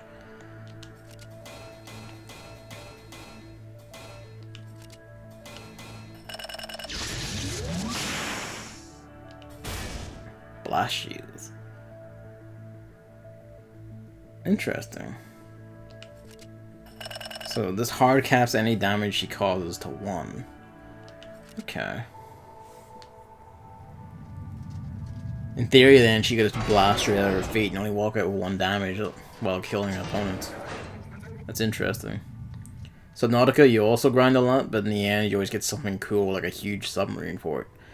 And I actually did get Subnautica, because I saw some, like, actually 2 different, like, YouTubers I watched playing it. One was a pair of Australians playing it in VR, just being fucking terrified of the ocean, and the other one was Northern Irishmen playing it. I only watched, like, 10, 12 episodes of his thing before I was like, I'll just save the rest for after I played it. So I actually did really like the water setting and the way, like, the shit he was getting was like, just, you know, eventually he made like boxes and the knives, and then began making like what looked to be like an actual base and shit, and that looked pretty rad. I have that on PC there. That's another one on the giant pile, but I don't know if I'd play it in like full survival mode where you get food and water, because while that is appealing, it's also kind of like, you know, like you have to go fishing, so yeah, that has an appeal. It's all kind of like, I don't know how like the rate for decay of your hunger and thirst and all that go, if it would be more of a nuisance than just the occasional thing you have to care for. The Red Queen, I noticed. The nearest bar. Those pesky barmen, and they hear so much.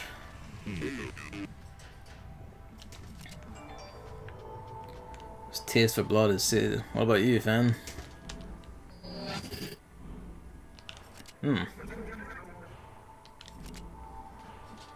It decays fast, but it's always fairly easy to get food. Fair enough, I guess that balances out well enough then. It decays fast, but it's always easy enough to repair it, and yeah, whatever then.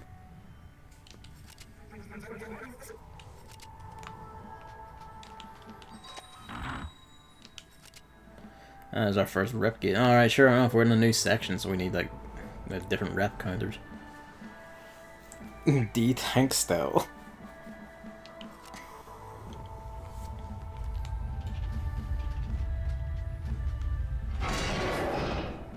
That was a swankier place than usual.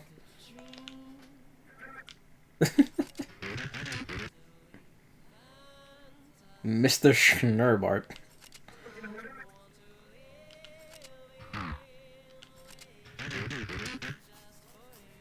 Ah, you just have a whole range of bars all over the place.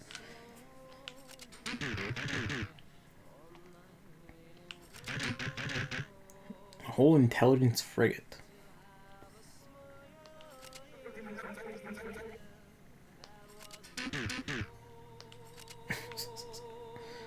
What you got? Huh. First, you got boxes.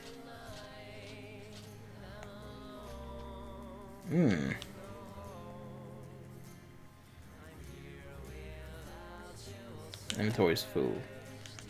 First, actually. If we're gonna get one of those, myself sell that. Sell a small one, and also this. The main thing is, I don't think, I can sell the power books, I'm not gonna use them. I'd rather use the utility slots for something else. I guess, tell me this, Hammer, do rockets just explode on impact no matter what, like, right? Like, they don't explode. Well, you know, like, they don't bounce, sorry. Like, they're not like the grenade launcher shells that, like, will ricochet. If you're thinking about it, maybe just having direct fire that explodes guaranteed is actually kind of better.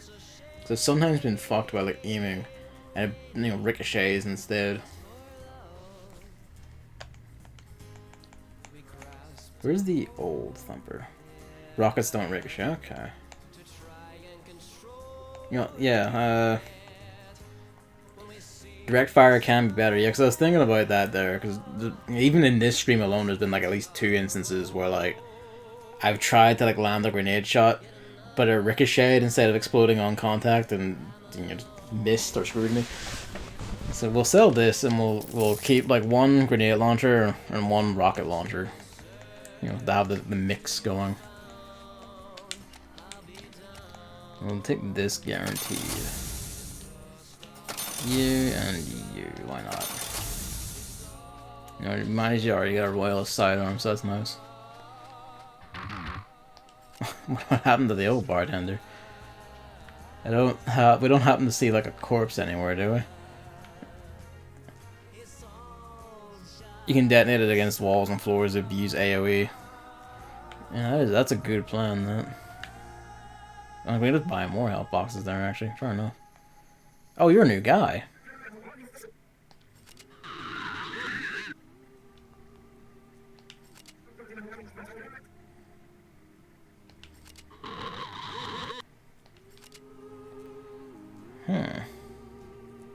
Flanker. He's got 8 move. Oh, shit. There he is, my favorite boy. He prefers to shoot bots in the back. Oh, you're gonna have, like, bonuses for back attacks. Oh, well, don't worry, we'll save up for you. Go away, Steambot. Well, fair enough. The guy's just fucking hanging on to the table, wasted. Let's see. Damage tends to be more reliable, but the AoE is also smaller. Fair enough trade-off. Spec Ops: The Line came out on Google Games recently. I heard very good things about that game's story. I'm mixed on it. I guess we're getting into... See, what can I say about spoiling things?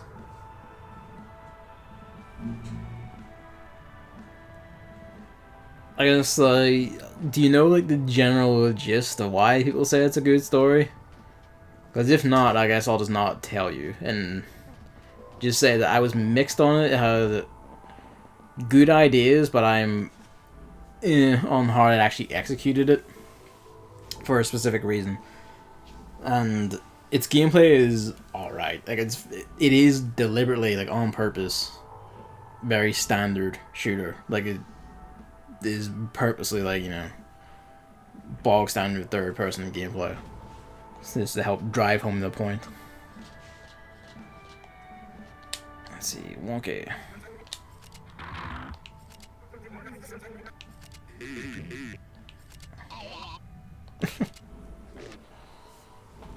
God, all of your fucking disasters.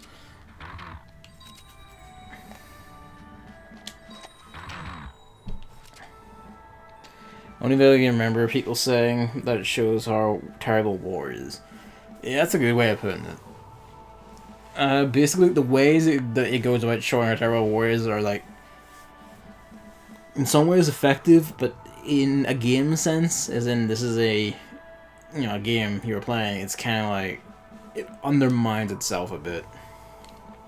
At least in my opinion, anyway. So, I do feel like exploiting it will like loosen a lot of the effects. I don't really want to say how or anything. I will say like in general I would call it a fine game. Like even though it is bog standard third person shooter gameplay, it does it does it well enough, and I like that it tried. I like that it tried and actually did a decent job of like having a story with meaning and a story with like a very direct and deliberate purpose. It is kind of like a relic of its time, because it came in the midst of when like Call of Duty and Battlefield were at their absolute height and peak, and everyone was just trying to rip off Call of Duty, specifically Call of Duty, instead of now it's just MOBAs and Overwatch and whatever the hell else they want to rip off. I guess Monster Hunter now. But it was a.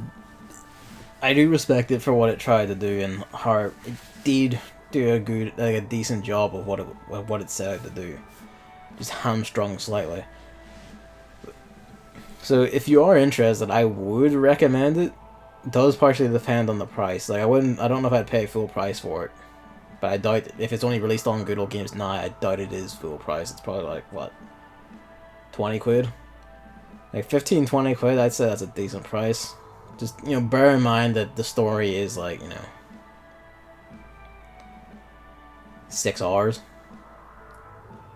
It is like 6 hours, so maybe 10, 15, I don't know. Something like that. 6 hours for like a decent story, specifically, like, you can make like short stories like worth a price higher than that and all that. Just for what it is, I'd say like, for what it is, at what length it is, like 10, 15, 20. That's a bit of a range, but like anything around there, like no higher than 20, basically, I'd say is fine. A bit of a practice heist. We're literally just thieving all these fucking taxes, and 2 right. Yeah, we'll give you the rocket launcher and try you out. We'll bring Seabrass. You're like you can't heal yourself, so you might as well have that. You might as well become unstoppable. Yeah, that looks alright. Hopefully we'll be able to get like a...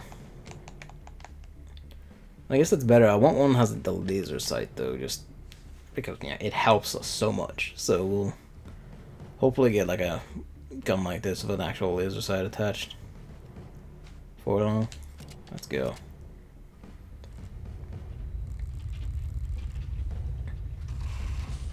Currently €20, but it was only €4 when released on Google Game. I will go back to that price at some point. Yeah, you might as well wait for a sale. Like, we're coming up on like sale season, really. So yeah, I would like just wait and see if it goes back down there at any point. Okay, how do I want to do this? We'll have Seabrass go up to the door first. Have Piper in back, and then Finn. I actually know what the author of the story of that game is currently doing. Oh, what's he doing? I actually don't know what happened to that team, or even, like, I think the developer fell apart, tragically, but... maybe knock the hat off. Well, we got ourselves a helmet. Anyone else? No?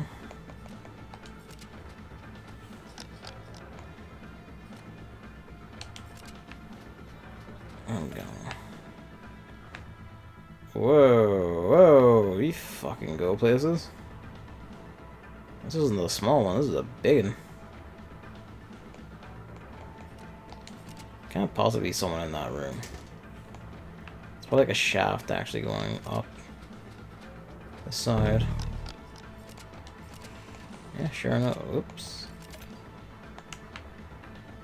Yeah, you go up there. You like give us a flank. These two will stack up here and get ready.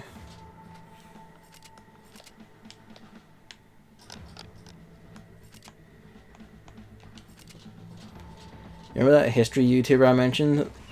The one that was a hardcore British kid? Yeah, I remember him, yeah. Is that him, or is he just working with him, or what?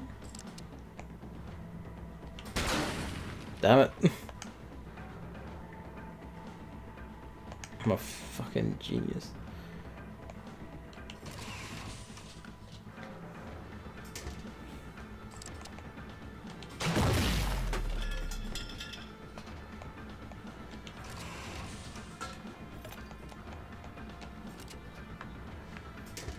This is like what? Maybe 2 turrets activated. Oh boy.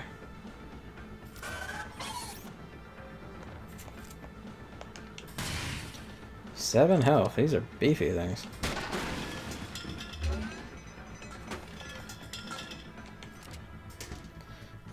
Next alarm will be enemy spawns. Okay. Yep, pop the door.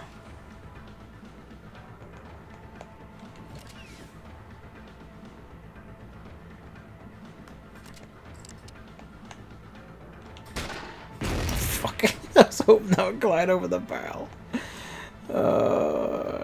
Fucker.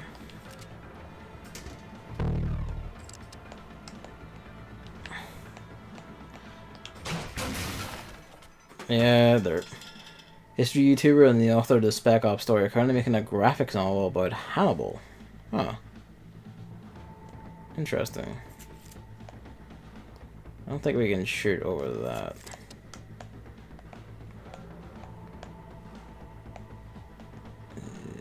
Yeah. The exploding barrel was the only took one, only got grazed by that. That's beautiful. Shot his guy. Alright, shit, you have to stand on the other side. You just catch up. It's curious. I didn't.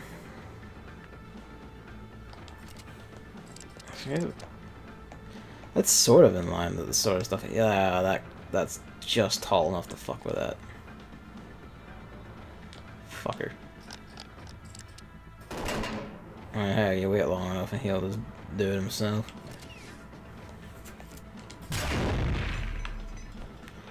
Fucking rather that.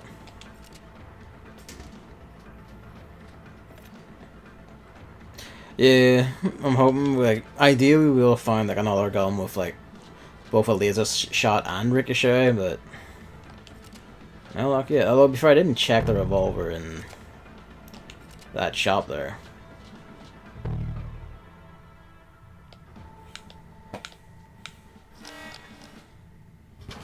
Threat level 1. No one come in yet? No? Alright.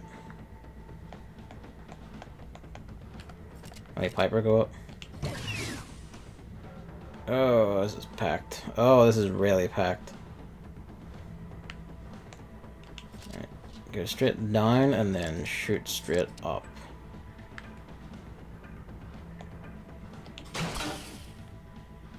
Fucking figures.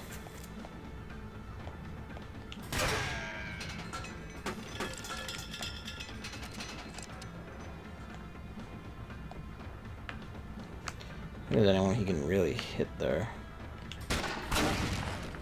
Oh man, it could have hit that guy if it didn't clip that barrel.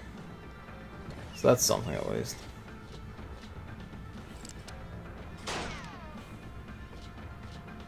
You gonna box their ears? Now you're gonna shoot him in the ass, okay.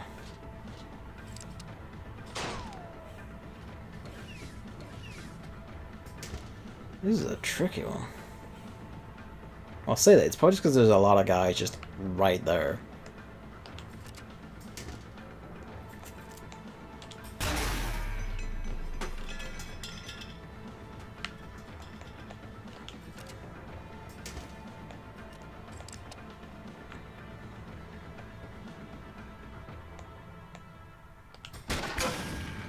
Sure enough.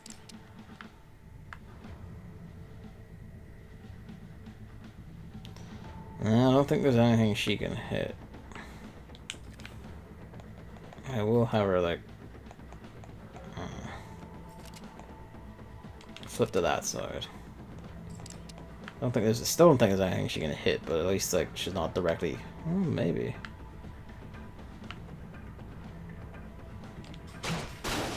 Oh. There was something she could hit. Well, that's not ideal.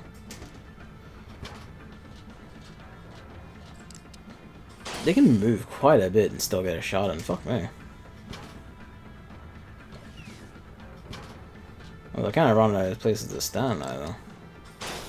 Jesus. Yeah, he's going down. Oh, Jesus. Okay, actually, no. Maybe not, he's going down. Yeah. On the other hand...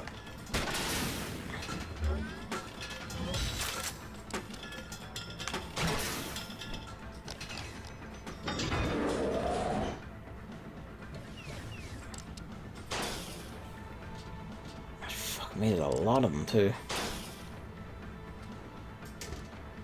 Yeah, she might go down. Oh, Jesus, we're just getting slaughtered here.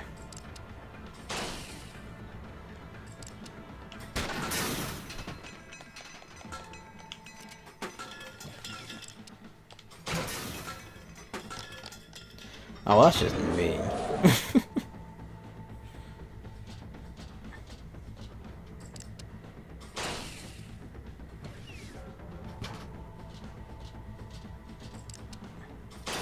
Yeah, they can run quite a while.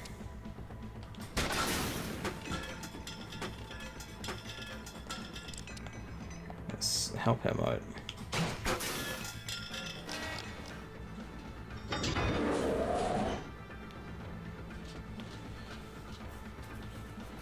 Jesus Christ.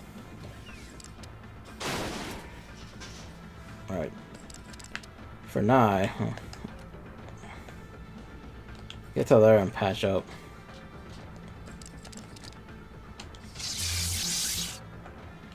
The other side of this.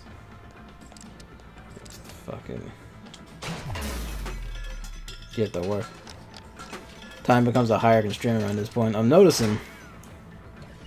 I will be fair, this one also just had a ton of people to begin with.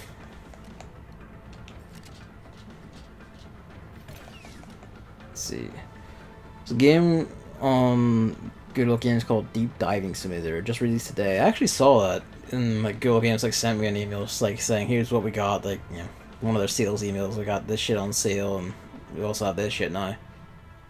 One of the screenshots showed the character fighting against a shark, which divers obviously do regularly, and therefore belongs in a simulation. Game actually doesn't look bad. I might keep an eye on it till a few user reviews exist. I mean, hey, if it's this like... Even if it is just, you know, like Subnautica Light or something, that might even be worth a punt anyway. You know? Yeah, we're gonna have to just... by the reds of his eyes. Alright, they're guns of shields.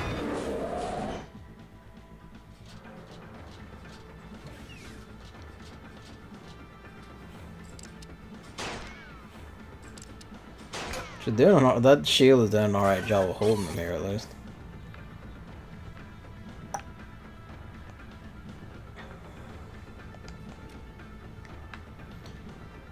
I mean, that'll get him out of the way of that turret at least. So we'll be able to reach him from there. He's good along and does the looting. Maybe he should have been the one back, like, actually covering.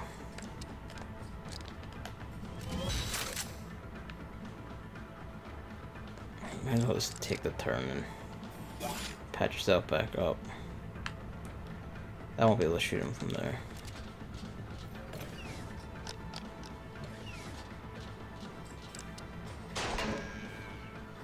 At least these shields are bulky enough to get us. Well, shit.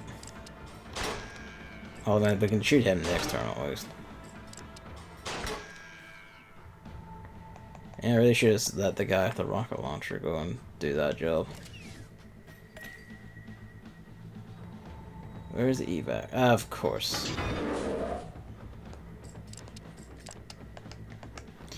Why would it be any other way?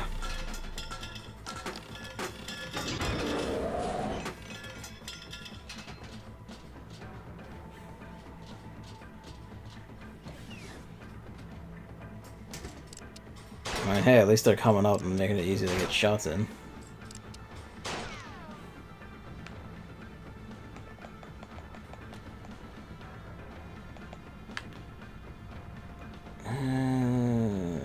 That might be able to take that shot.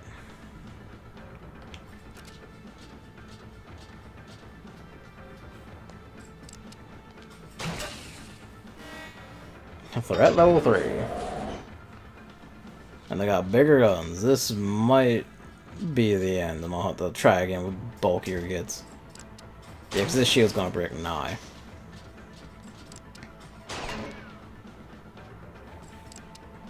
One of them finally got the egg to do that. Yeah, okay.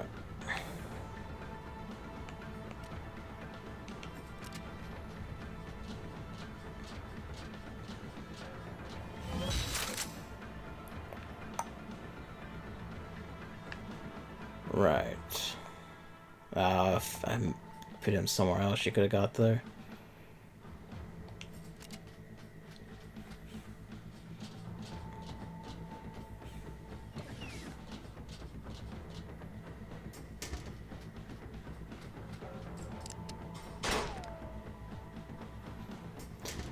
Like, the higher difficulties increase, like, enemy count, and I'm kind of wondering exactly how many enemies you can have on screen at once.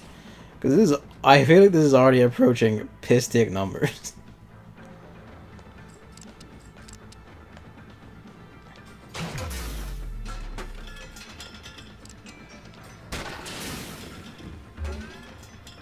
Yeah, they're both gonna go down. Yeah, you know what? We're just gonna abort and retry. Because, Jesus. Jesus. That was all... Small transport, you said. Alright, let's try this again. I'm gonna bring. Could have just run past the last turn and got away. I mean, actually, yeah, I guess you can just run past enemies. I don't know, I just got the impression that I couldn't. Well, I guess that was my bad, but... Oh well. Now I know.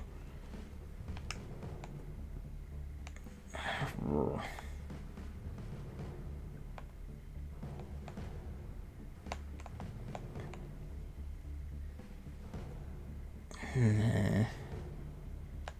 Well, we'll bring Ivan over him just for meat. Number... I mean, I don't think we'll get into all melee scraps exactly.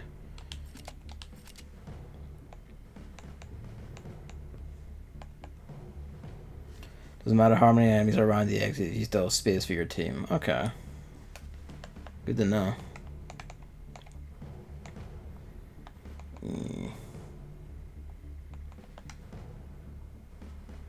You're gonna need that. He should have the bigger one.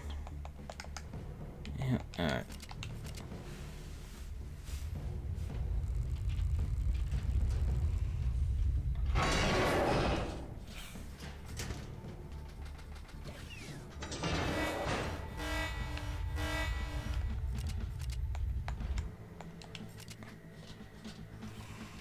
Oh, that's right, the level thing changes each time.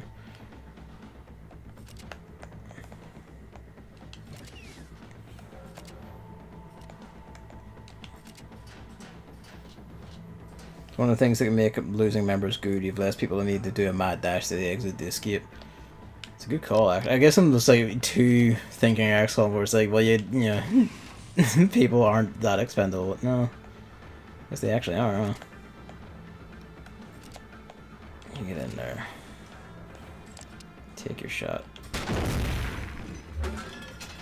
Smaller AoE is actually good, because that means he can do shit like that with like less risk of clipping himself. There is one over there.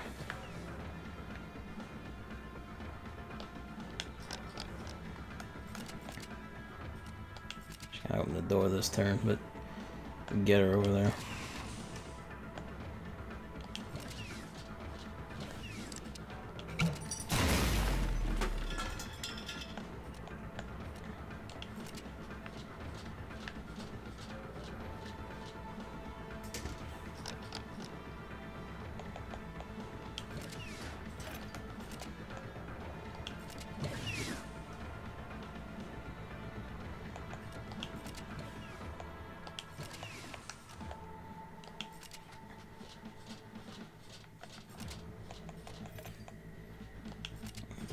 Over there.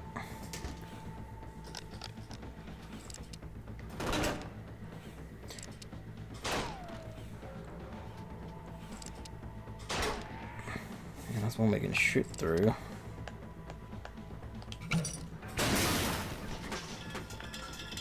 He's a god. But his last one. I don't want. Oh, you're gonna hit that.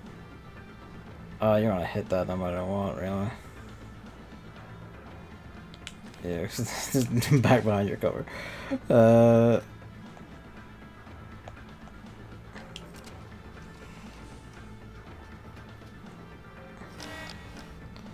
There we go.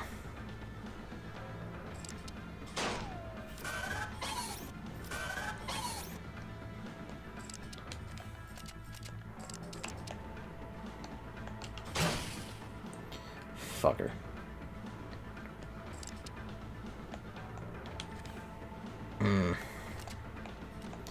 Why does that use so much move?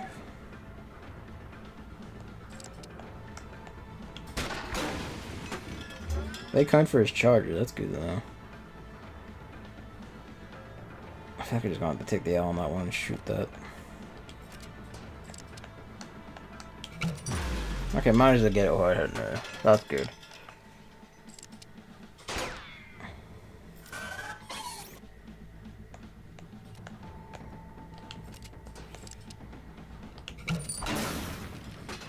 There we go.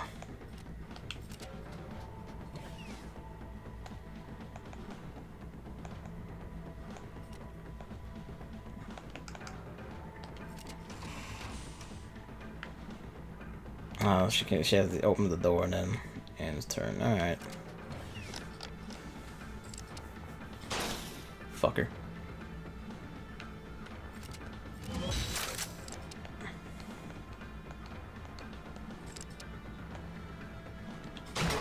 Fuck me.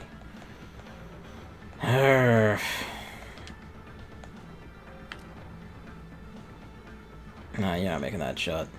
Fen could make that shot if he was there, but this is the Giga room for everyone. This is the Giga room for everyone. Might as well get them piling out now then. Oh, we're here. That's probably gonna be disastrous if you try that. And yet, and yet. Alright, get them all piling out.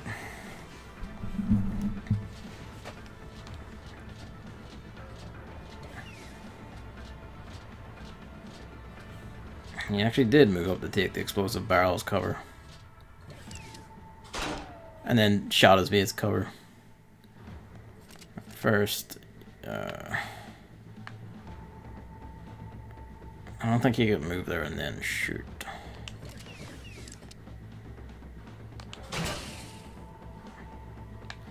Not gonna make the same shot again, so.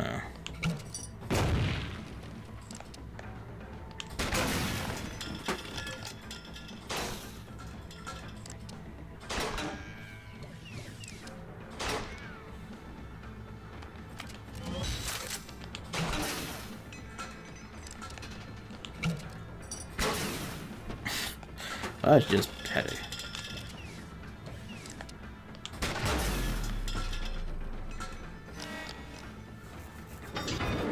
Here we go.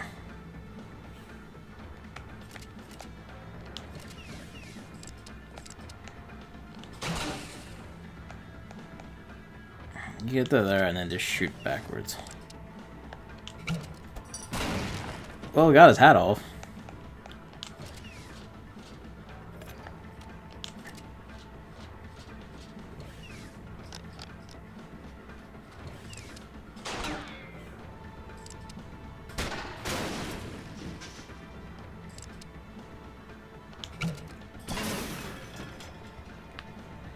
Okay.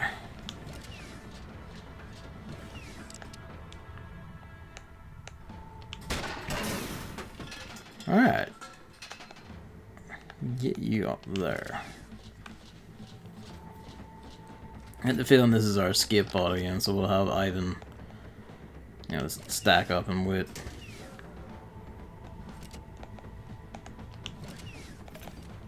Scurry your little scurry legs all over. Oh, there's the escape pod. Never mind then. I'm missing any bets, aren't we? No. Okay, off we go.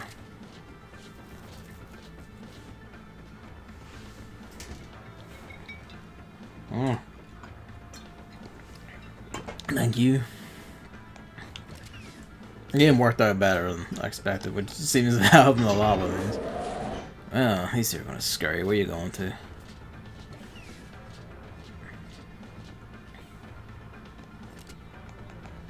I don't think you can shoot either of them from here. So you can get this one.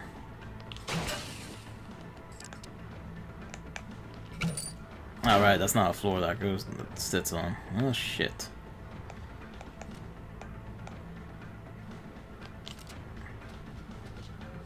Fucking go for it, you little madman.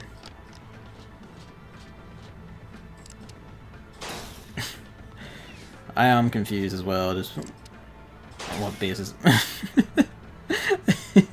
That seemed like he was aiming for her and just missed. Yeah, fuck it. Well, this dude. Hey. Where are you going? Stop. There. Just do the fucking leg-out approach. You don't need to fight everyone. And shuffle over one in case you can't get anywhere. There we go. Yep, off we go. Please. And sure enough, you can just do that. Actually, that's right. 'Cause didn't the game, like, last time mention at some point that the like, experience isn't determined by killing enemies anyway? Whoop. Shit. My thumb slipped and hit X as well. Fuck's sake.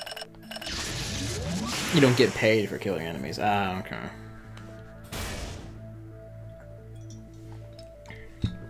5 or 9. I haven't used it yet, but maybe I fucking should.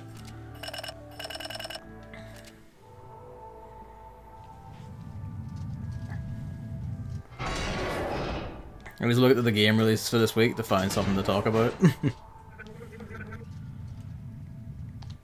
Okay, hang on. Whoa. Hand grenade, oh shit. 13 damage. Holy fuck. Okay, fucking wireless don't fuck about, huh? I'm gonna shift that out. And like, you know, this basically means you can shift this out, right? Yeah. Void bastards. Apparently there will be a game called Witch Sun, with a Y in Witch, Elros Origins, releasing today. What the hell is that releasing for? Where is it? I'm vaguely intrigued by how Ludicrous decided to write this name. What the Witch Sun, as in, you know, Sun S-U-N.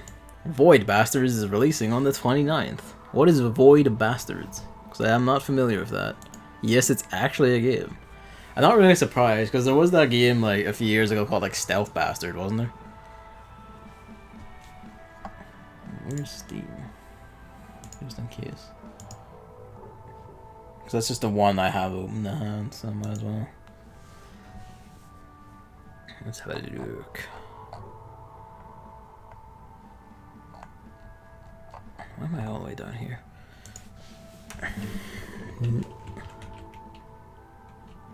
Yeah, there it is. Witch Sun Elros Origins.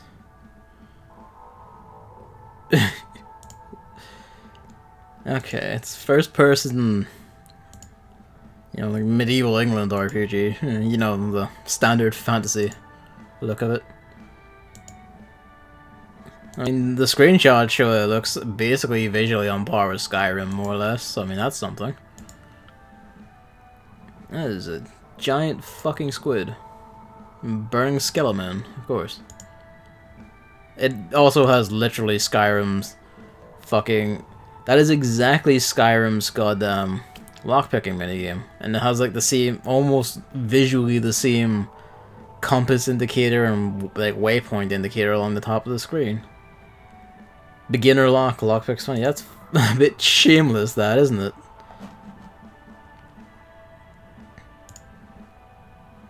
Yeah, okay, it's becoming a bit more overt now. That is a bit shameless.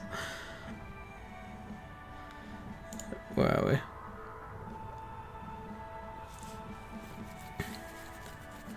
Yeah, it does look like a cheap version of Skyrim, it really does.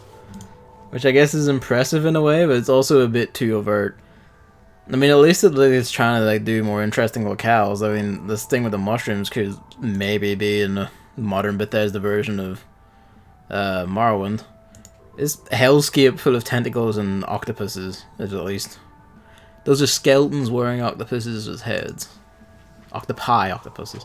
I'm sorry, I'm dying. Octopi. You talk like a jackass for long enough. That's just a dog by chest. Talk like a jackass for long enough, and you just, you know, it just becomes natural to you. Yeah, that's.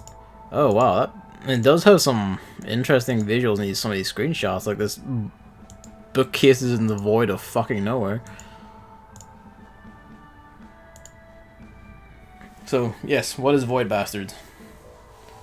While I'm gazing at these.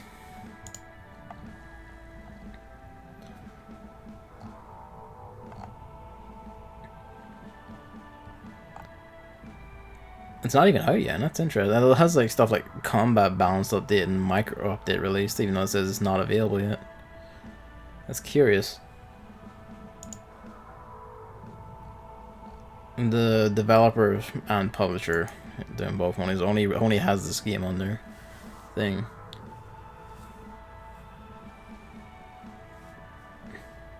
The recommended processor is an AMD FX 8350. That's the fucking bulldozer I had in my old rig. That's the recommended. Wow, that's... They're keeping that somewhat low rent, although 6 gigs of RAM for recommended. At the same time, I guess swings and roundabouts, huh?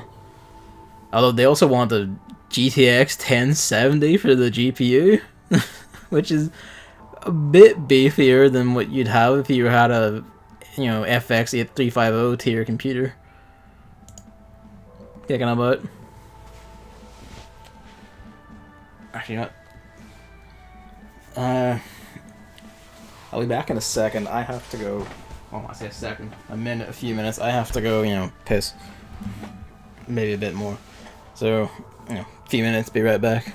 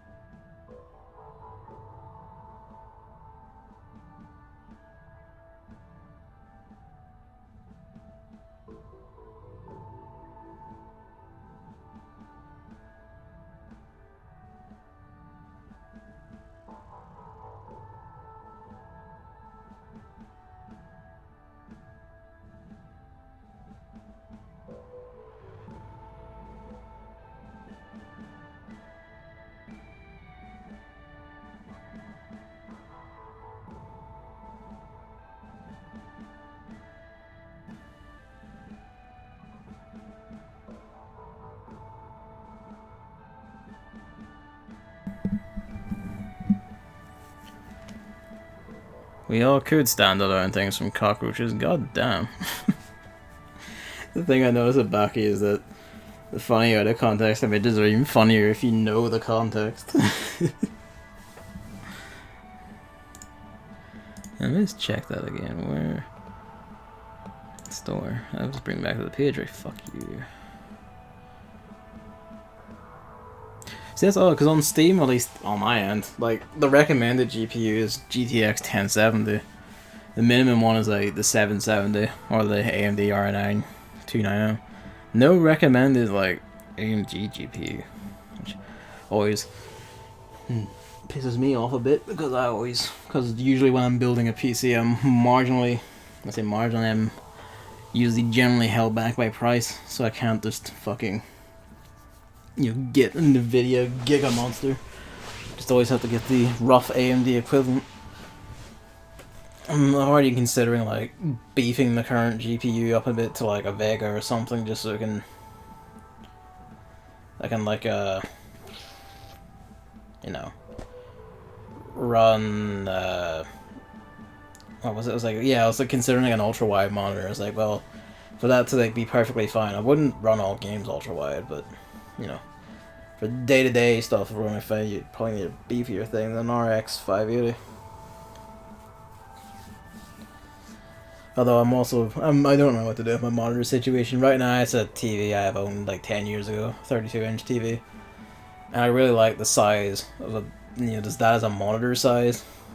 But generally the only things you find in that size are like HD TVs, which can't do 1080p for some reason. Despite the fact that this TV, 32 inches from 10 years ago, can do 1080p.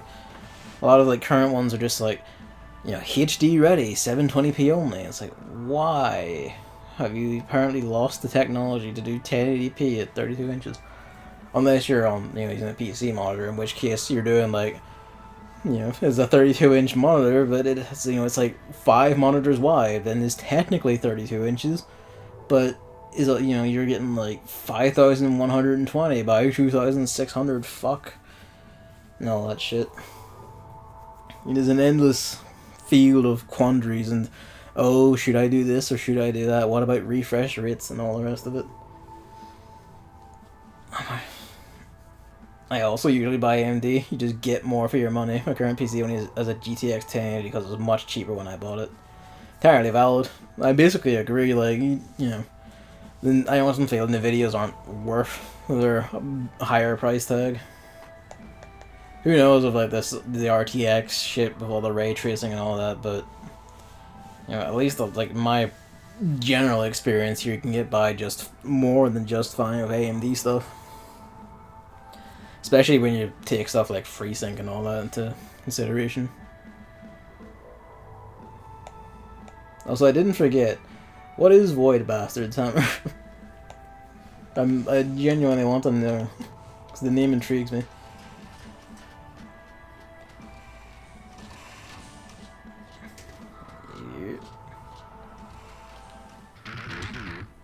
This is the shit she lives for.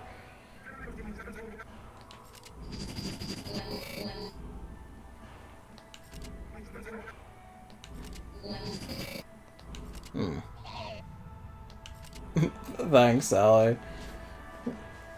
Ever supportive. Hello, my son. Hello. Why do you always turn around and look back at my hand as it's petting? Oh, okay. You don't want to scratch anymore if you're walking backwards. Alright.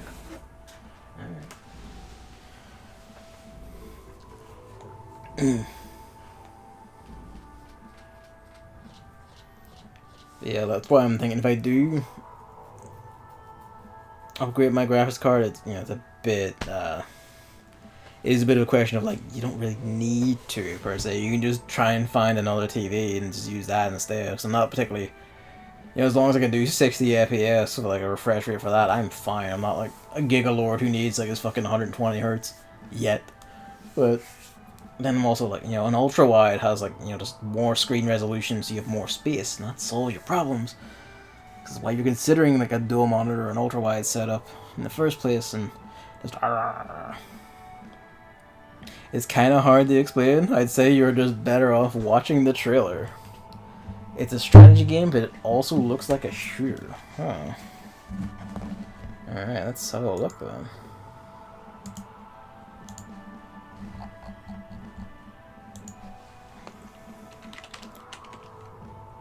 Yeah, there's Void Bastards.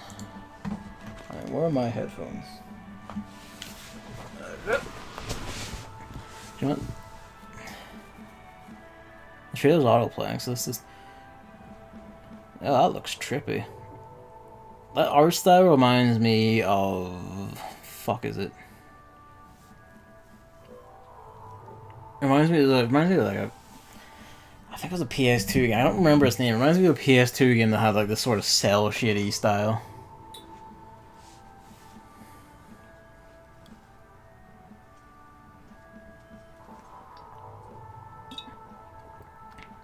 Oh, I see what you mean now. It's like maybe strategy map shenanigans, and then you just have to enact your plans as in a shooting, I guess, a shooter game.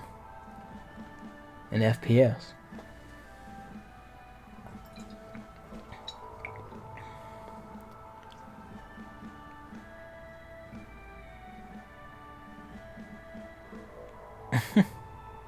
That looks pretty neat, actually.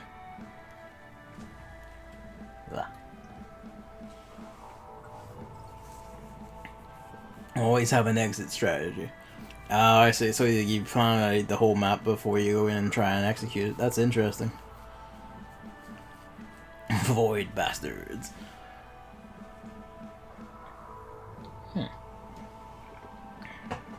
Yeah, that looks pretty neat. Inspired by Bioshock and System Shock 2. I can sort of see that in it, actually, yeah. The RPG bits of it and all that. Oh, RPG elements and all that. And those enemy designs look fucking rad, too. Like, look at those things. Fucking, like, Tentacle Man, like, what looks like a trench coat. It's like syringes for fingers.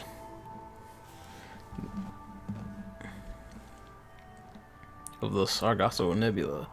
Yeah, that looks pretty rad.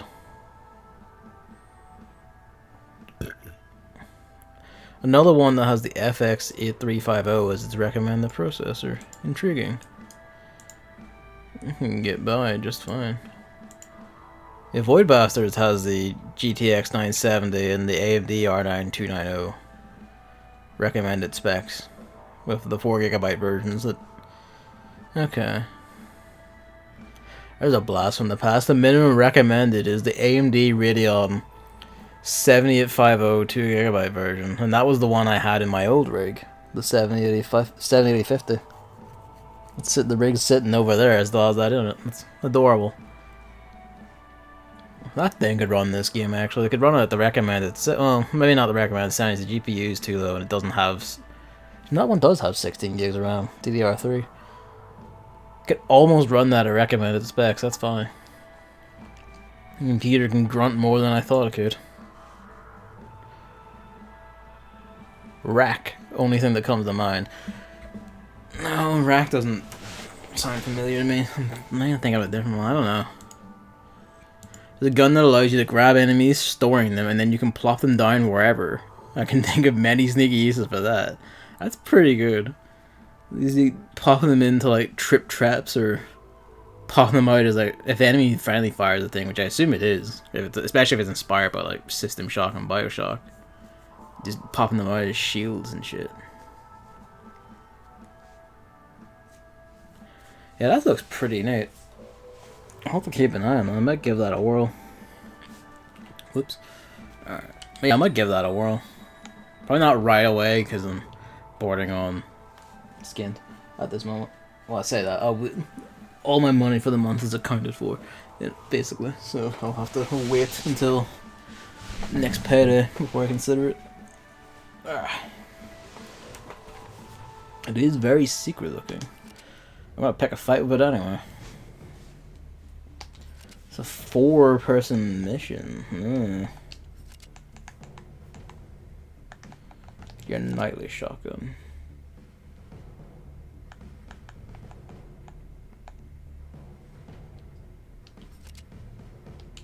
Do you have mend? I forget. No, you don't have mend. I want him to have double mend, or do I want mend shared around? I want mend shared around. Hello, my son. Take the hand. You just explosives, man. Yeah, go for it. I probably won't buy, but I would definitely watch it. Hint, hint. We shall see. I mean, yeah, if I do buy it, most likely, it's pretty much going to show up on here, probably. Yeah.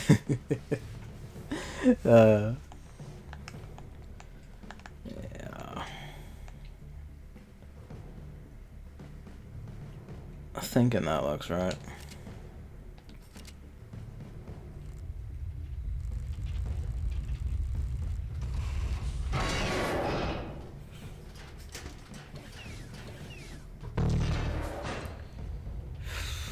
Alright.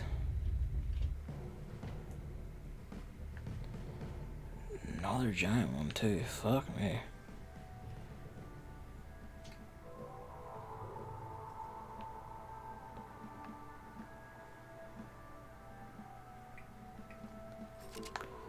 There's no time on it yet, so we'll take our chances.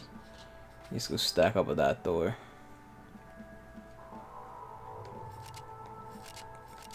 I even know that take point. See Russ. Follow. Piper bring up the rear. She is slightly more range.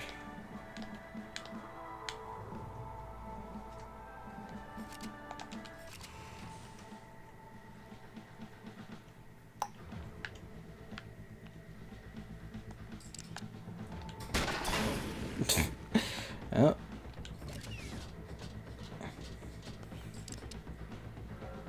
Nah, I think that's just tall enough to skip her. And I don't think anyone else can get there. Oh, maybe.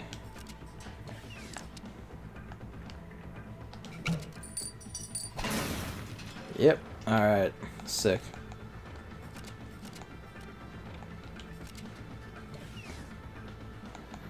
You stack up on the door. There's a Fear 2 will come out today for me, tomorrow for you. Alright, no, it's 11 o'clock. Nice, it's midnight there.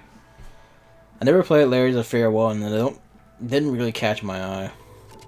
But I mean, at least it did well enough to get it 2, I suppose.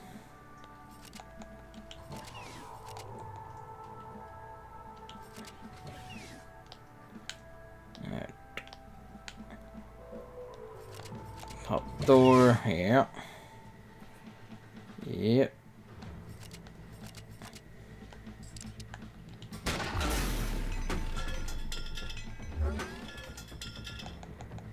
Let her get to cover.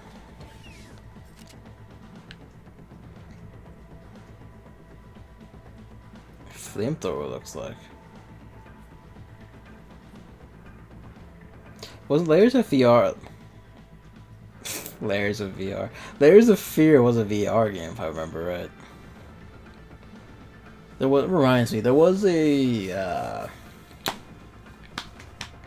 survey from Gamer, like our local. I've mentioned it before, I'm pretty sure. That guaranteed. I just don't know if I mentioned it in one of these streams. The local big UK games retail. They're also like in other places around Europe, in some other countries at least. And I sent out a survey like 2 or 3 days ago, which in which they were talking about like, hey, what would it take to get you to buy a PSVR if you are interested or not? And it was basically a whole rundown about how like they were basically considering different pricing tiers for like the bundles they had, like the one that was just the VR by itself and the camera and like the demo disc, and one that had like a few games piled in, and they were like going up and down like, hey, would you also like the Move controllers bundled in? What would you pay for this? And they were considering some fucking batshit prices, like the like they were offering like as low as £150 for like the you know, they're considering as low as £150 for like the base set, like £200 for base set plus the move controllers and all that. And I had to be honest, like if it was as low as like £200 for like the base set and the, you know, the PS move controllers, I might even like bite and try that. You know, like go for it. I have tried a PSVR as well. One of my friends brought it over one day when everyone piled up. Considering how tired some people seem to get by dicking around in certain games, I think it'd be a fun substitute for exercise. That'll be it. We'll get Crunk playing fucking Final Fantasy 15 fishing. This is super hot for in Final Fantasy 15 fishing, and like, you know, after like 5 months, I'll be like the most buff person on Twitch. Let's see. I think I mentioned before, but I really liked the demo. I liked it so much that I said it might become the best horror game ever. Never played the finished game, but I heard it's sadly quite disappointing. So the demo would probably have like, this is a really good proof of concept at least. So like they had something. Maybe like the second game actually like managed to like capitalize on that then. It's definitely not something I would play regularly. I don't think it's something I would play regularly, but there are like a few little things on it that catch my eye. Like, Super Hot VR looks fucking fun as hell. I played Res VR. Like when my friend brought his over, like I played Res VR, and that was fucking fun. That was really fucking fun. Bit limited because of like I couldn't turn all the way around to like see everything, and I couldn't tell if that was just like my positioning in the room and the VR didn't like it, or whatever the hell. But you know, something I could probably like, mess with and fix. And from the aim up a wee bit. Dumb deal. I guess I'm popping that barrel and make it just spray its gunk everywhere. But yeah, they were fun enough, and there was also that Until Dawn Rush of Blood, which was actually like a really good rail shooter. That was actually a really good rail shooter. I really liked that. Wouldn't call it exactly scary or anything, but it was, you know, a fun carnival ride like rail shooter thing. Which I guess was the point, rather than it being like a horror game thing. Yeah, like Final Fantasy 15. I keep making the joke, but I do genuinely want to try that Final Fantasy 15 fishing game. And what was the other one? Super Hot VR. I don't remember the other one. VR just felt like doing sports to me. Of course, being able to go to every crazy setting, depending on the game, is quite fun. But in the end, you can just do normal sports for free. I mean, fair enough. Like, I don't believe at all. Like, people keep going like, this is the future. VR will be like, you know, the standard going forward. At some point, it will just take over, and it's like, it fucking won't. There's so many genres that do not benefit from, and actively, like, they do not benefit from, they get no use out of VR no matter what you try, and a lot of them, some of them will even actively suffer if you try and, like, crowbar VR, and, like, you try and make VR work for Devil May Cry 5. You tell me how you get that fucking going, like, and if you can make it genuinely work as a concept beyond just, oh, you've got your head is the camera, then, okay, maybe you can get somewhere with it. But, yeah, you know, you're never making that work. Fucking, have I tried Gorn? I have not tried Gorn, no. I guess that's another VR game. Yeah, like, if PSVR does come down in price to, like, you know, the 150 to 200 range, that would be, you know, that would bite. You know, I would bite on that. I'd be willing to give that the whirl.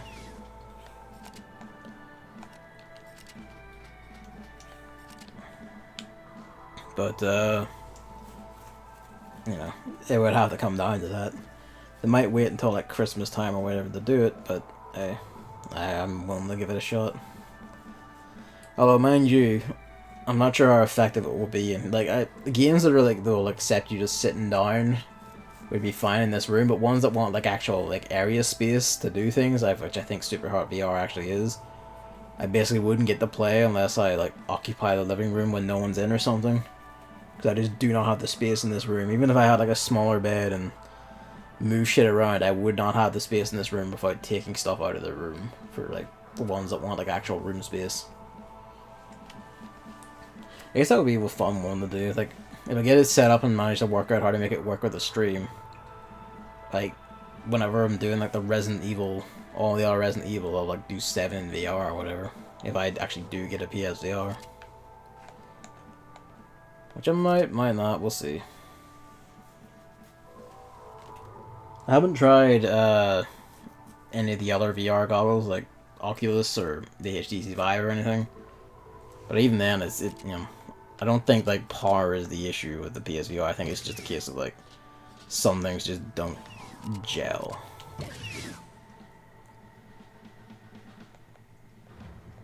You move up to that.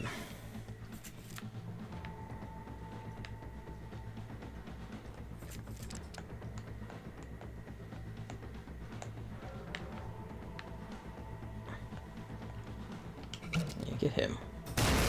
He's far away enough and I'll just knock out an annoying issue.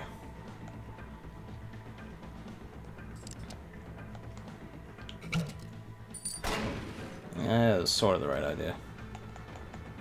And just flip behind cover.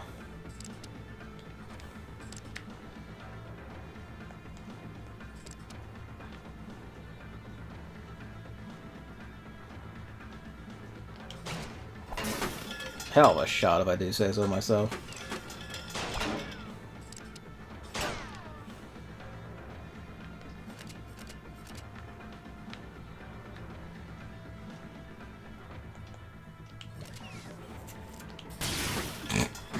It's always just fucking funny to me, just the run up and just fucking blast in the face. There's a Fear 2 sadly doesn't seem to improve on the strengths of the first game. I read that it was less atmospherical horror, more getting chased by scary monsters. Wow. That's a shame, man. Like, too many of them are just coming down to, you know, boo, haunted house, be chased by spooky monster sort of thing. Bring up the rear there. Cheeky fucker that you are.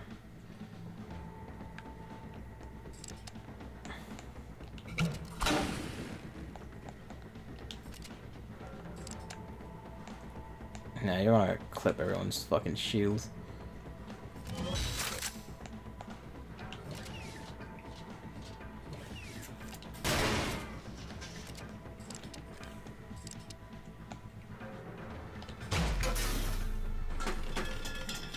Alright.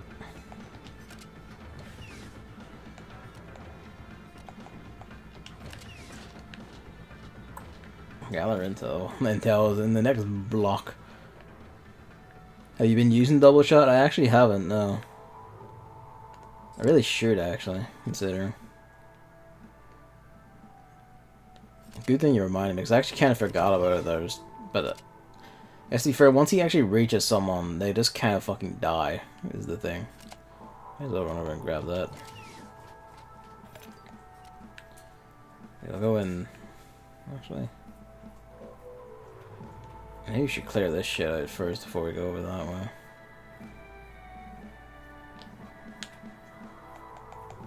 I'm gonna crack it just yet. I will use that next. Maybe I should actually have them use like a handgun more often, at least to account for that. Should be like up here. So like the cheeky overhead shot down through the door.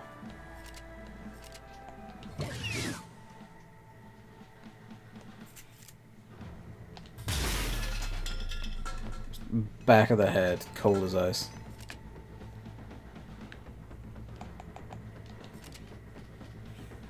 I notice that's a turret node, so that means at some point the alarm will trip.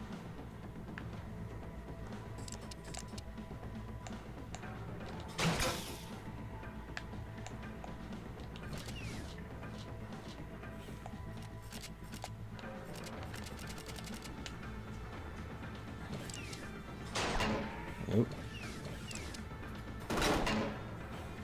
Bit lucky.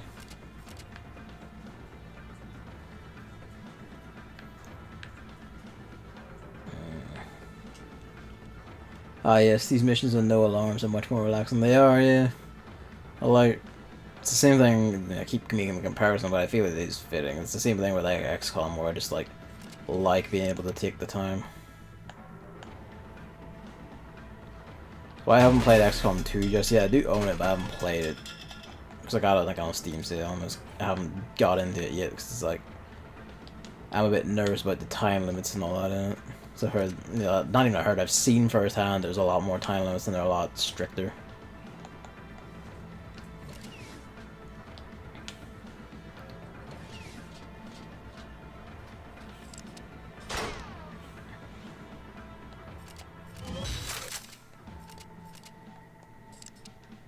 Can you hit that by blowing everyone up? Probably not. Alright, sick.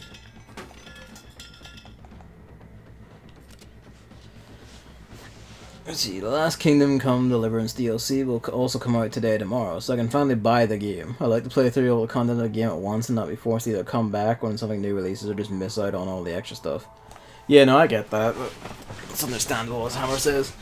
Like, there's a lot of times where I've gotten the game and later got DLC and I just never went back to try it or get it, because I'm just kind of like, it's been too long and I don't have the interest to come back.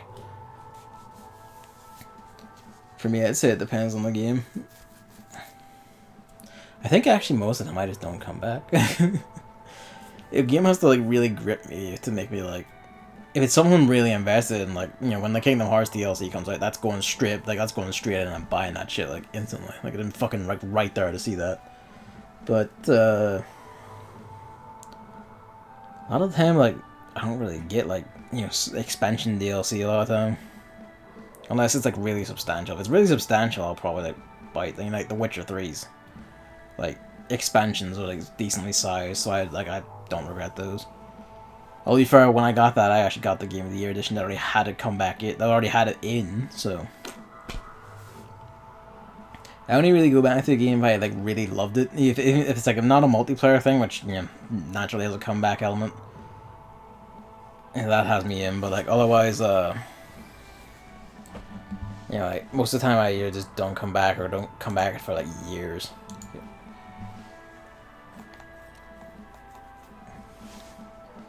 There's a few games, only like a scant few like games I really adore I'll come back to regularly, like, you know, like Final Fantasy 9 and Metal Gear Solid 3. Like that tier of like, these are among my most beloved games of all time. Those are the things I'll come back to with some regularity.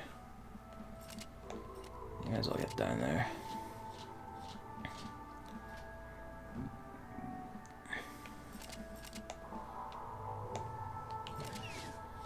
I'll pop out and see what we can see.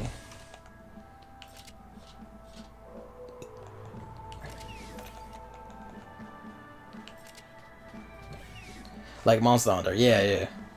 Like Monster Hunter is one I'll like just come back to automatically. Just, you know, why not? Like, been coming back for Iceborne. I don't think Chris is getting that on PS4. I don't know. He's kind of implied he doesn't want to because, you know, he has like a regular PS4 and load times are a bitch and all that. But, you know, like when it comes out on PS4, I'm just fucking there. I have considered getting Monster Hunter World on PC, and I think I've said like I'm basically gonna wait for like the PC bundle version, which has like the expansion already in. So, like when that comes out, it hits PC, I'll probably dive in then. But, you know, I'm not gonna wait. Like I'm just gonna get Iceborne on PS4, absolutely, to get it all, you know, see it all then and there, and also to play with David.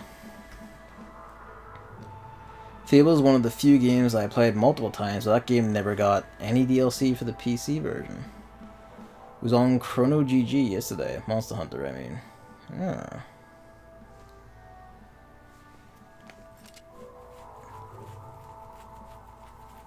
Oh, fuck my...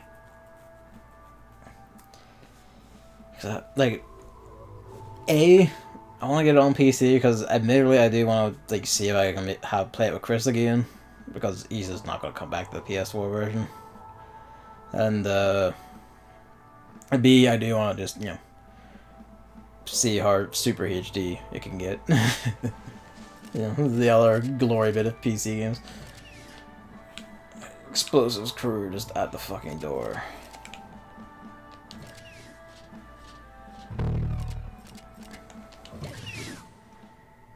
I think we made a right choice in that placement.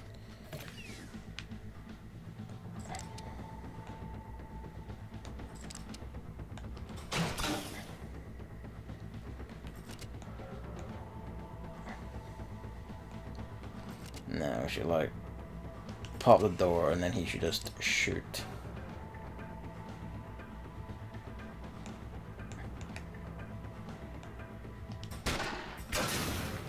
Hell of a shot. See, if he stacks this up, that creates like a wall that's a bit too tall to shoot over. Yeah. Almost.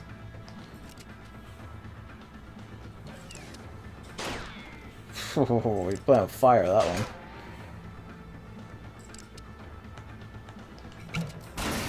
There we go. I forgot about the goddamn wall, you fucking idiot. Oh, I'm a dumbass. That's what I get for going like, that's fine, and just like glancing over the chat. Don't stop using your brain, Gavin, even for a fucking second, for whatever brain is worth. You know what? Yeah. Yeah, quite double shot, quite good. Quite good. I mean, hey, we got a payback buff on him, that's something, right? If it's on a good enough seal, you might convince me to get it as well. By all means. Like, the more the merrier. Especially in Monster Hunter. They would need to get like a beefier, like consider it beefier PC, because his is like is even older than my old rig, and like his is like we got like our first rigs more or less. Well, I say first, like the two rigs there we had like roughly around the same time, and his is like even older than that one, which is actually like a step up from the one I had at the same time as him. So that first one I had like, well, I say first one again. The one I had like actually seriously for like a gaming one. Actually, the first gaming one I had was like a AMD, like what was it? AMD. It was like X4-2 or something like that. It was one of their like at their time like their premier flagship quad core. It was a good processor. And then I moved up to like the octa-core bulldozer, the FX83. I don't know if it was the 8350 or if it was the other one. I think there was another one. But Fable 2 is one of the two games where I really followed the development and looked at almost everything they showed off, but then it never came out on PC, and the Xbox 360 is one of the few consoles without a good emulator. Like, they might eventually like bump it over the PC. Because Microsoft are getting more PC friendly. I guess if they ever do like a Fable remaster, a PC release is pretty much guaranteed. Which they might do. Like there's been constant suggestions they are trying to do things with like the fucking IP. And who knows really? They're unfathomable with that Microsoft. Alright. Pop the door, Finn. The secret artifact documents.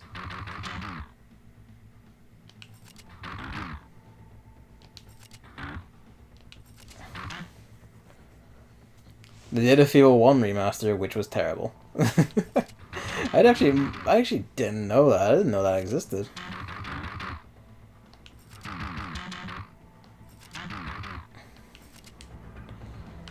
Which I guess says enough about it, I suppose.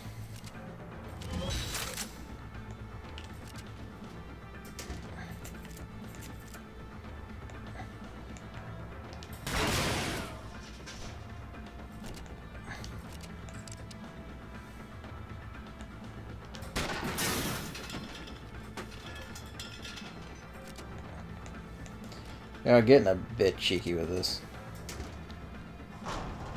I guess the Fable 1 remaster, was that for 360 or for, no? Actually, yeah, Fable 1 was I even got that. Sure enough, I did. should actually pay attention to that. Shit. Shit. Alright.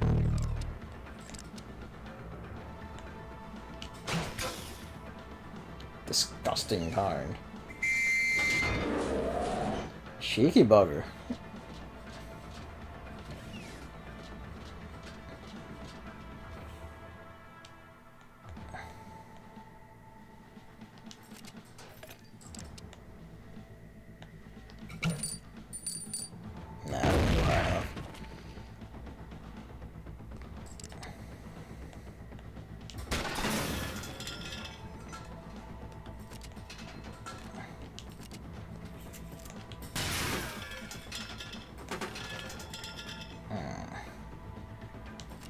No, she can't. That's right. No ricochets on this.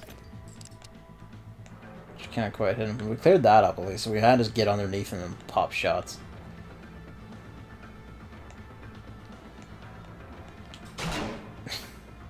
Clip the barrel.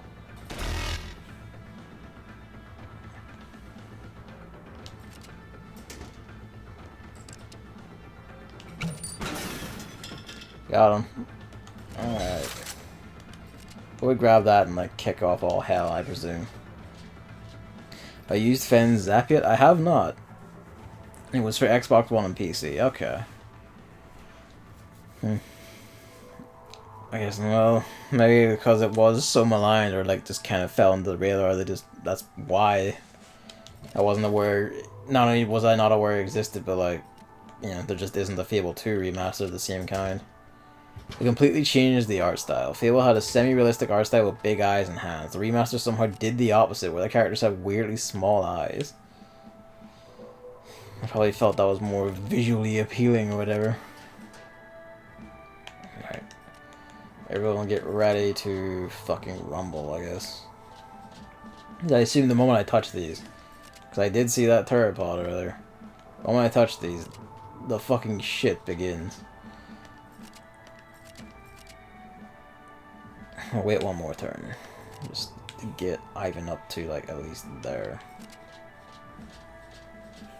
Alright, pop it. Yep. Oh wait, the thing's right here, never mind then.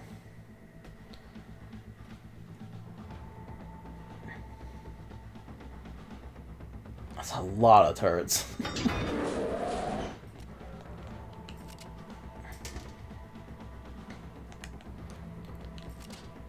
Ahoy. Actually, there's a thought. When did that happen? That remaster? It's a thing to check. Or rather, I guess, if you don't beat me to it.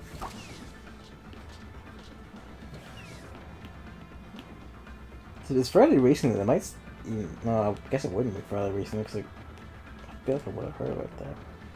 Fable... Remastered. Fable Anniversary on Steam. Surprised they put it on Steam. That was from 2014, apparently. Oh, fuck me.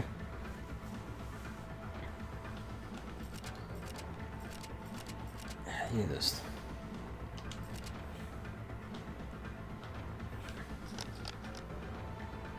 Get in there.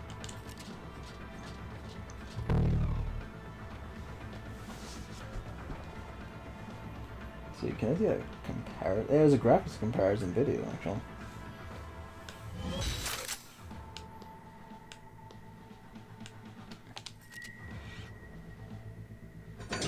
Just Fable on the Xbox, that's adorable.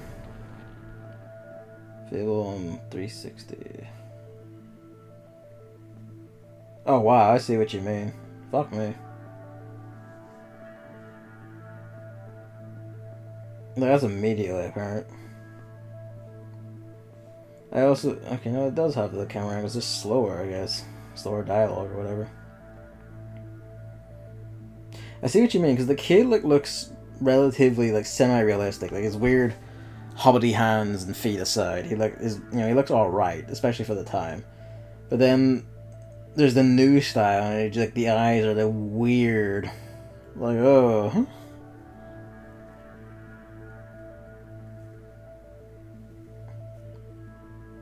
like, I think part of it is that the eyes, like, why, like, they are, like, you know, smaller, they are, like, more pronounced, I guess, if you know what I mean. Like, the colors are a lot more noticeable on the remaster, like the weird, like, irises, like, look strangely big and all that, for all the size of them. They really took the life out of, like, this fucking guy. It took the life out of a lot of things. Like, there's a lot more life in the old art style, whereas here it's just kind of, it looks more drab in general and just, it really does kind of look more lifeless.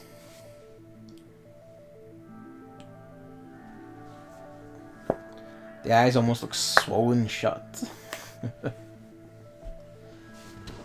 Sorta, yeah, like around the eyes it looks like kind of puffy. Air Force helmet. Stahlhelm. Fedora of the Night. He says. Shotgun. Wireless documents. People wanted a fairly good PC port with good mouse controlled menus. They completely got rid of those. They had menus that looked fancy but are completely impractical. That doesn't surprise me because, like, the original Fable was Lionhead and Peter Molyneux, and Peter Molyneux's entire history before, like, you know, Lionhead and when Microsoft bought Lionhead was like all PC development, like, you know, really old school, like Amiga development straight up to like modern PC. Doesn't surprise me that Lionhead, and especially under his lot, knew how to make a good PC game and a good PC interface. It then also doesn't surprise before he went off the deep end. Yeah, exactly. Doesn't really surprise me then that you know, like, the Microsoft appointed lot come in as whoever the fuck they are, and they just, you know, don't give a shit about current, like, a PC version, because I'm pretty sure, like, the Xbox version was the priority. I really miss practical, non-fancy menus. I mean, you know, like, who cares if it's, like, you know, it's awkward to use. It makes you feel cool when you press the buttons, right?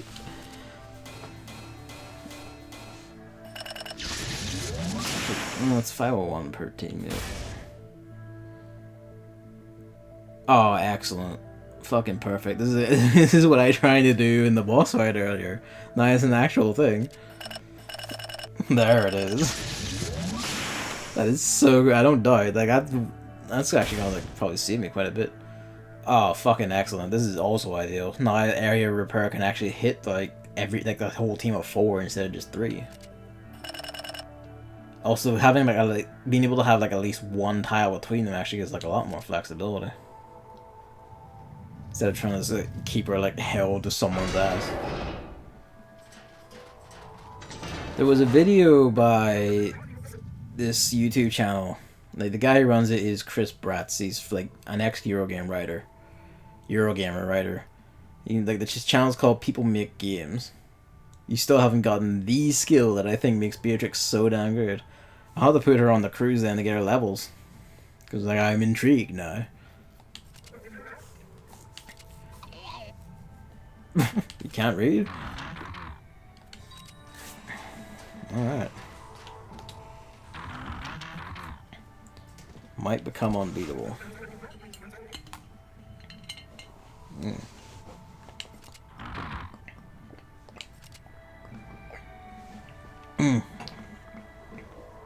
Pardon me. Blah blah blah. What was I saying? Yeah, People Make Games.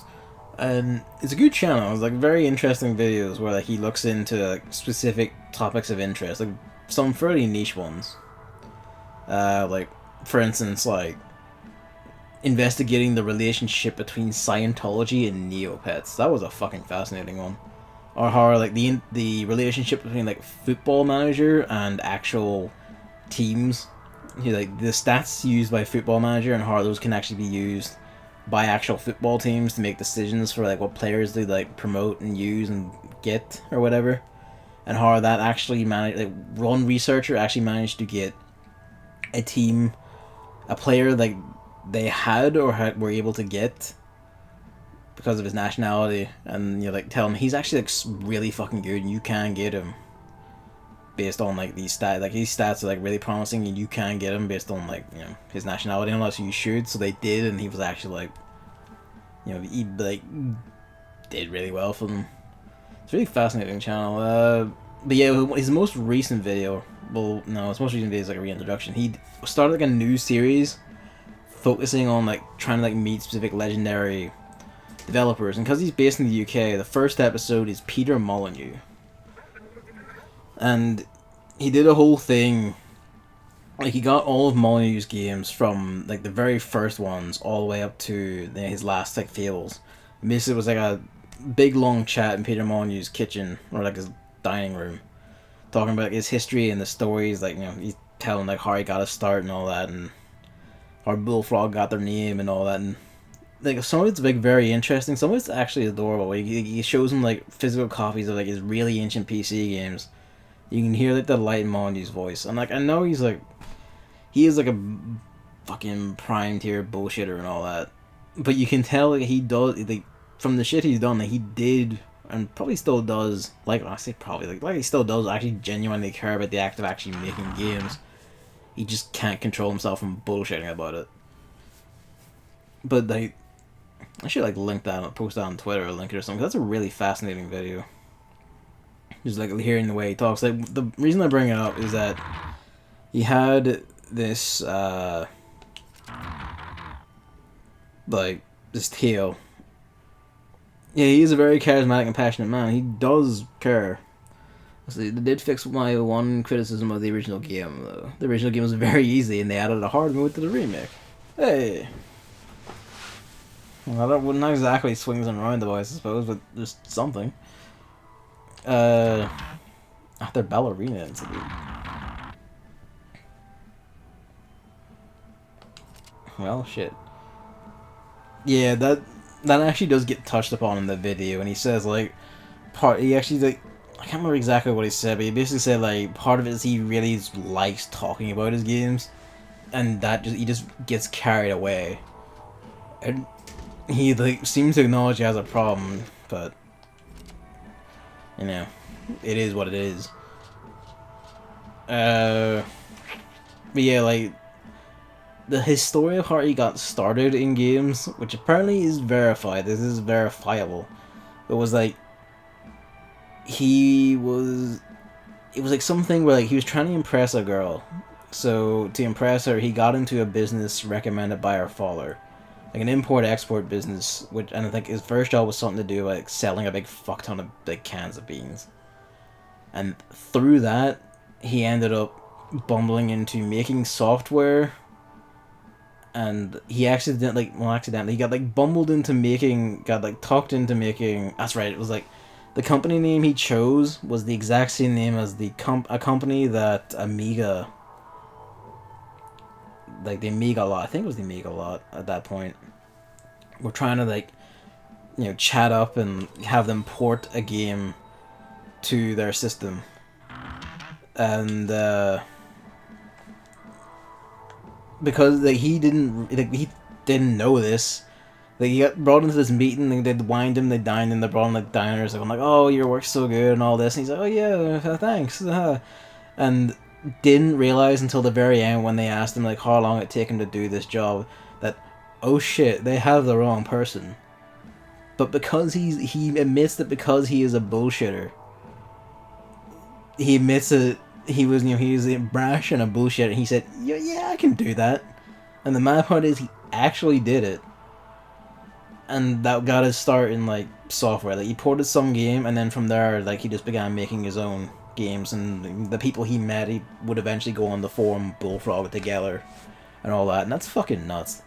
Like he's basically always just been a big, mad shit talker, who just over promises and just kind of cobbles it together. Like that's just always been there in him, and I find that fascinating. Honestly, the only thing he did that really bothers me is lying about the reward for curiosity. I think, like, on the whole, I'd say that's the only one that's, like, really morally wrong, considering like you made all the promises to the guy and it all just kind of fell apart and you never really followed it up or anything, but you really should have in some way. Like some ways, not like he's destitute or anything. Guy was like an Xbox exec for years. Like, you know, like, and not never mind like the money he got for Bullfrog, all its games, and from EA and all that. I highly doubt the guy isn't fucking loaded, but like a lot of the time, like after a point, it's like you just do have like I've seen some people argue with, you know, you shouldn't lowball, like, you know, play safe him. You should like grill him for being a liar. And it's like, yes, you can like grill him for being a liar and all that, but at a certain point, that you should also just automatically assume whatever he's telling you is bullshit. You know, that's just how that is. Like, you know, his reputation is what it is.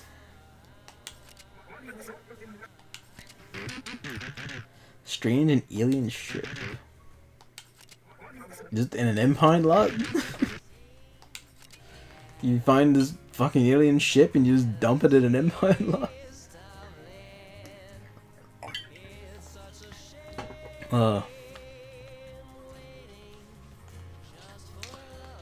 But yeah, like, he really should have try and stuck to that guy. You're after good enough call, wheelie guy. I shouldn't buy that. I should get the wheelie guy. Forgot about him. Oi. Oh lord. Let's see. I don't think we have anything to sell to get. Well, actually, we have the spare shotgun. Behold the flanker. We should sell like a small one of these and then bump it up to a big one. The sneakiest class. I noticed he has like, what, like 2-3 more moves than everyone else, which is already very encouraging. Hey buddy. What's your deal? A Reaper bot. Fair enough. Okay, let's have a look. Crew. My guy. I'm going to assault guns. Yeah. Sure, 2+2 for getting them in the back. Health +1. I know he's already like level 4 actually. He's up a good bit. Oh, that's already a massive start.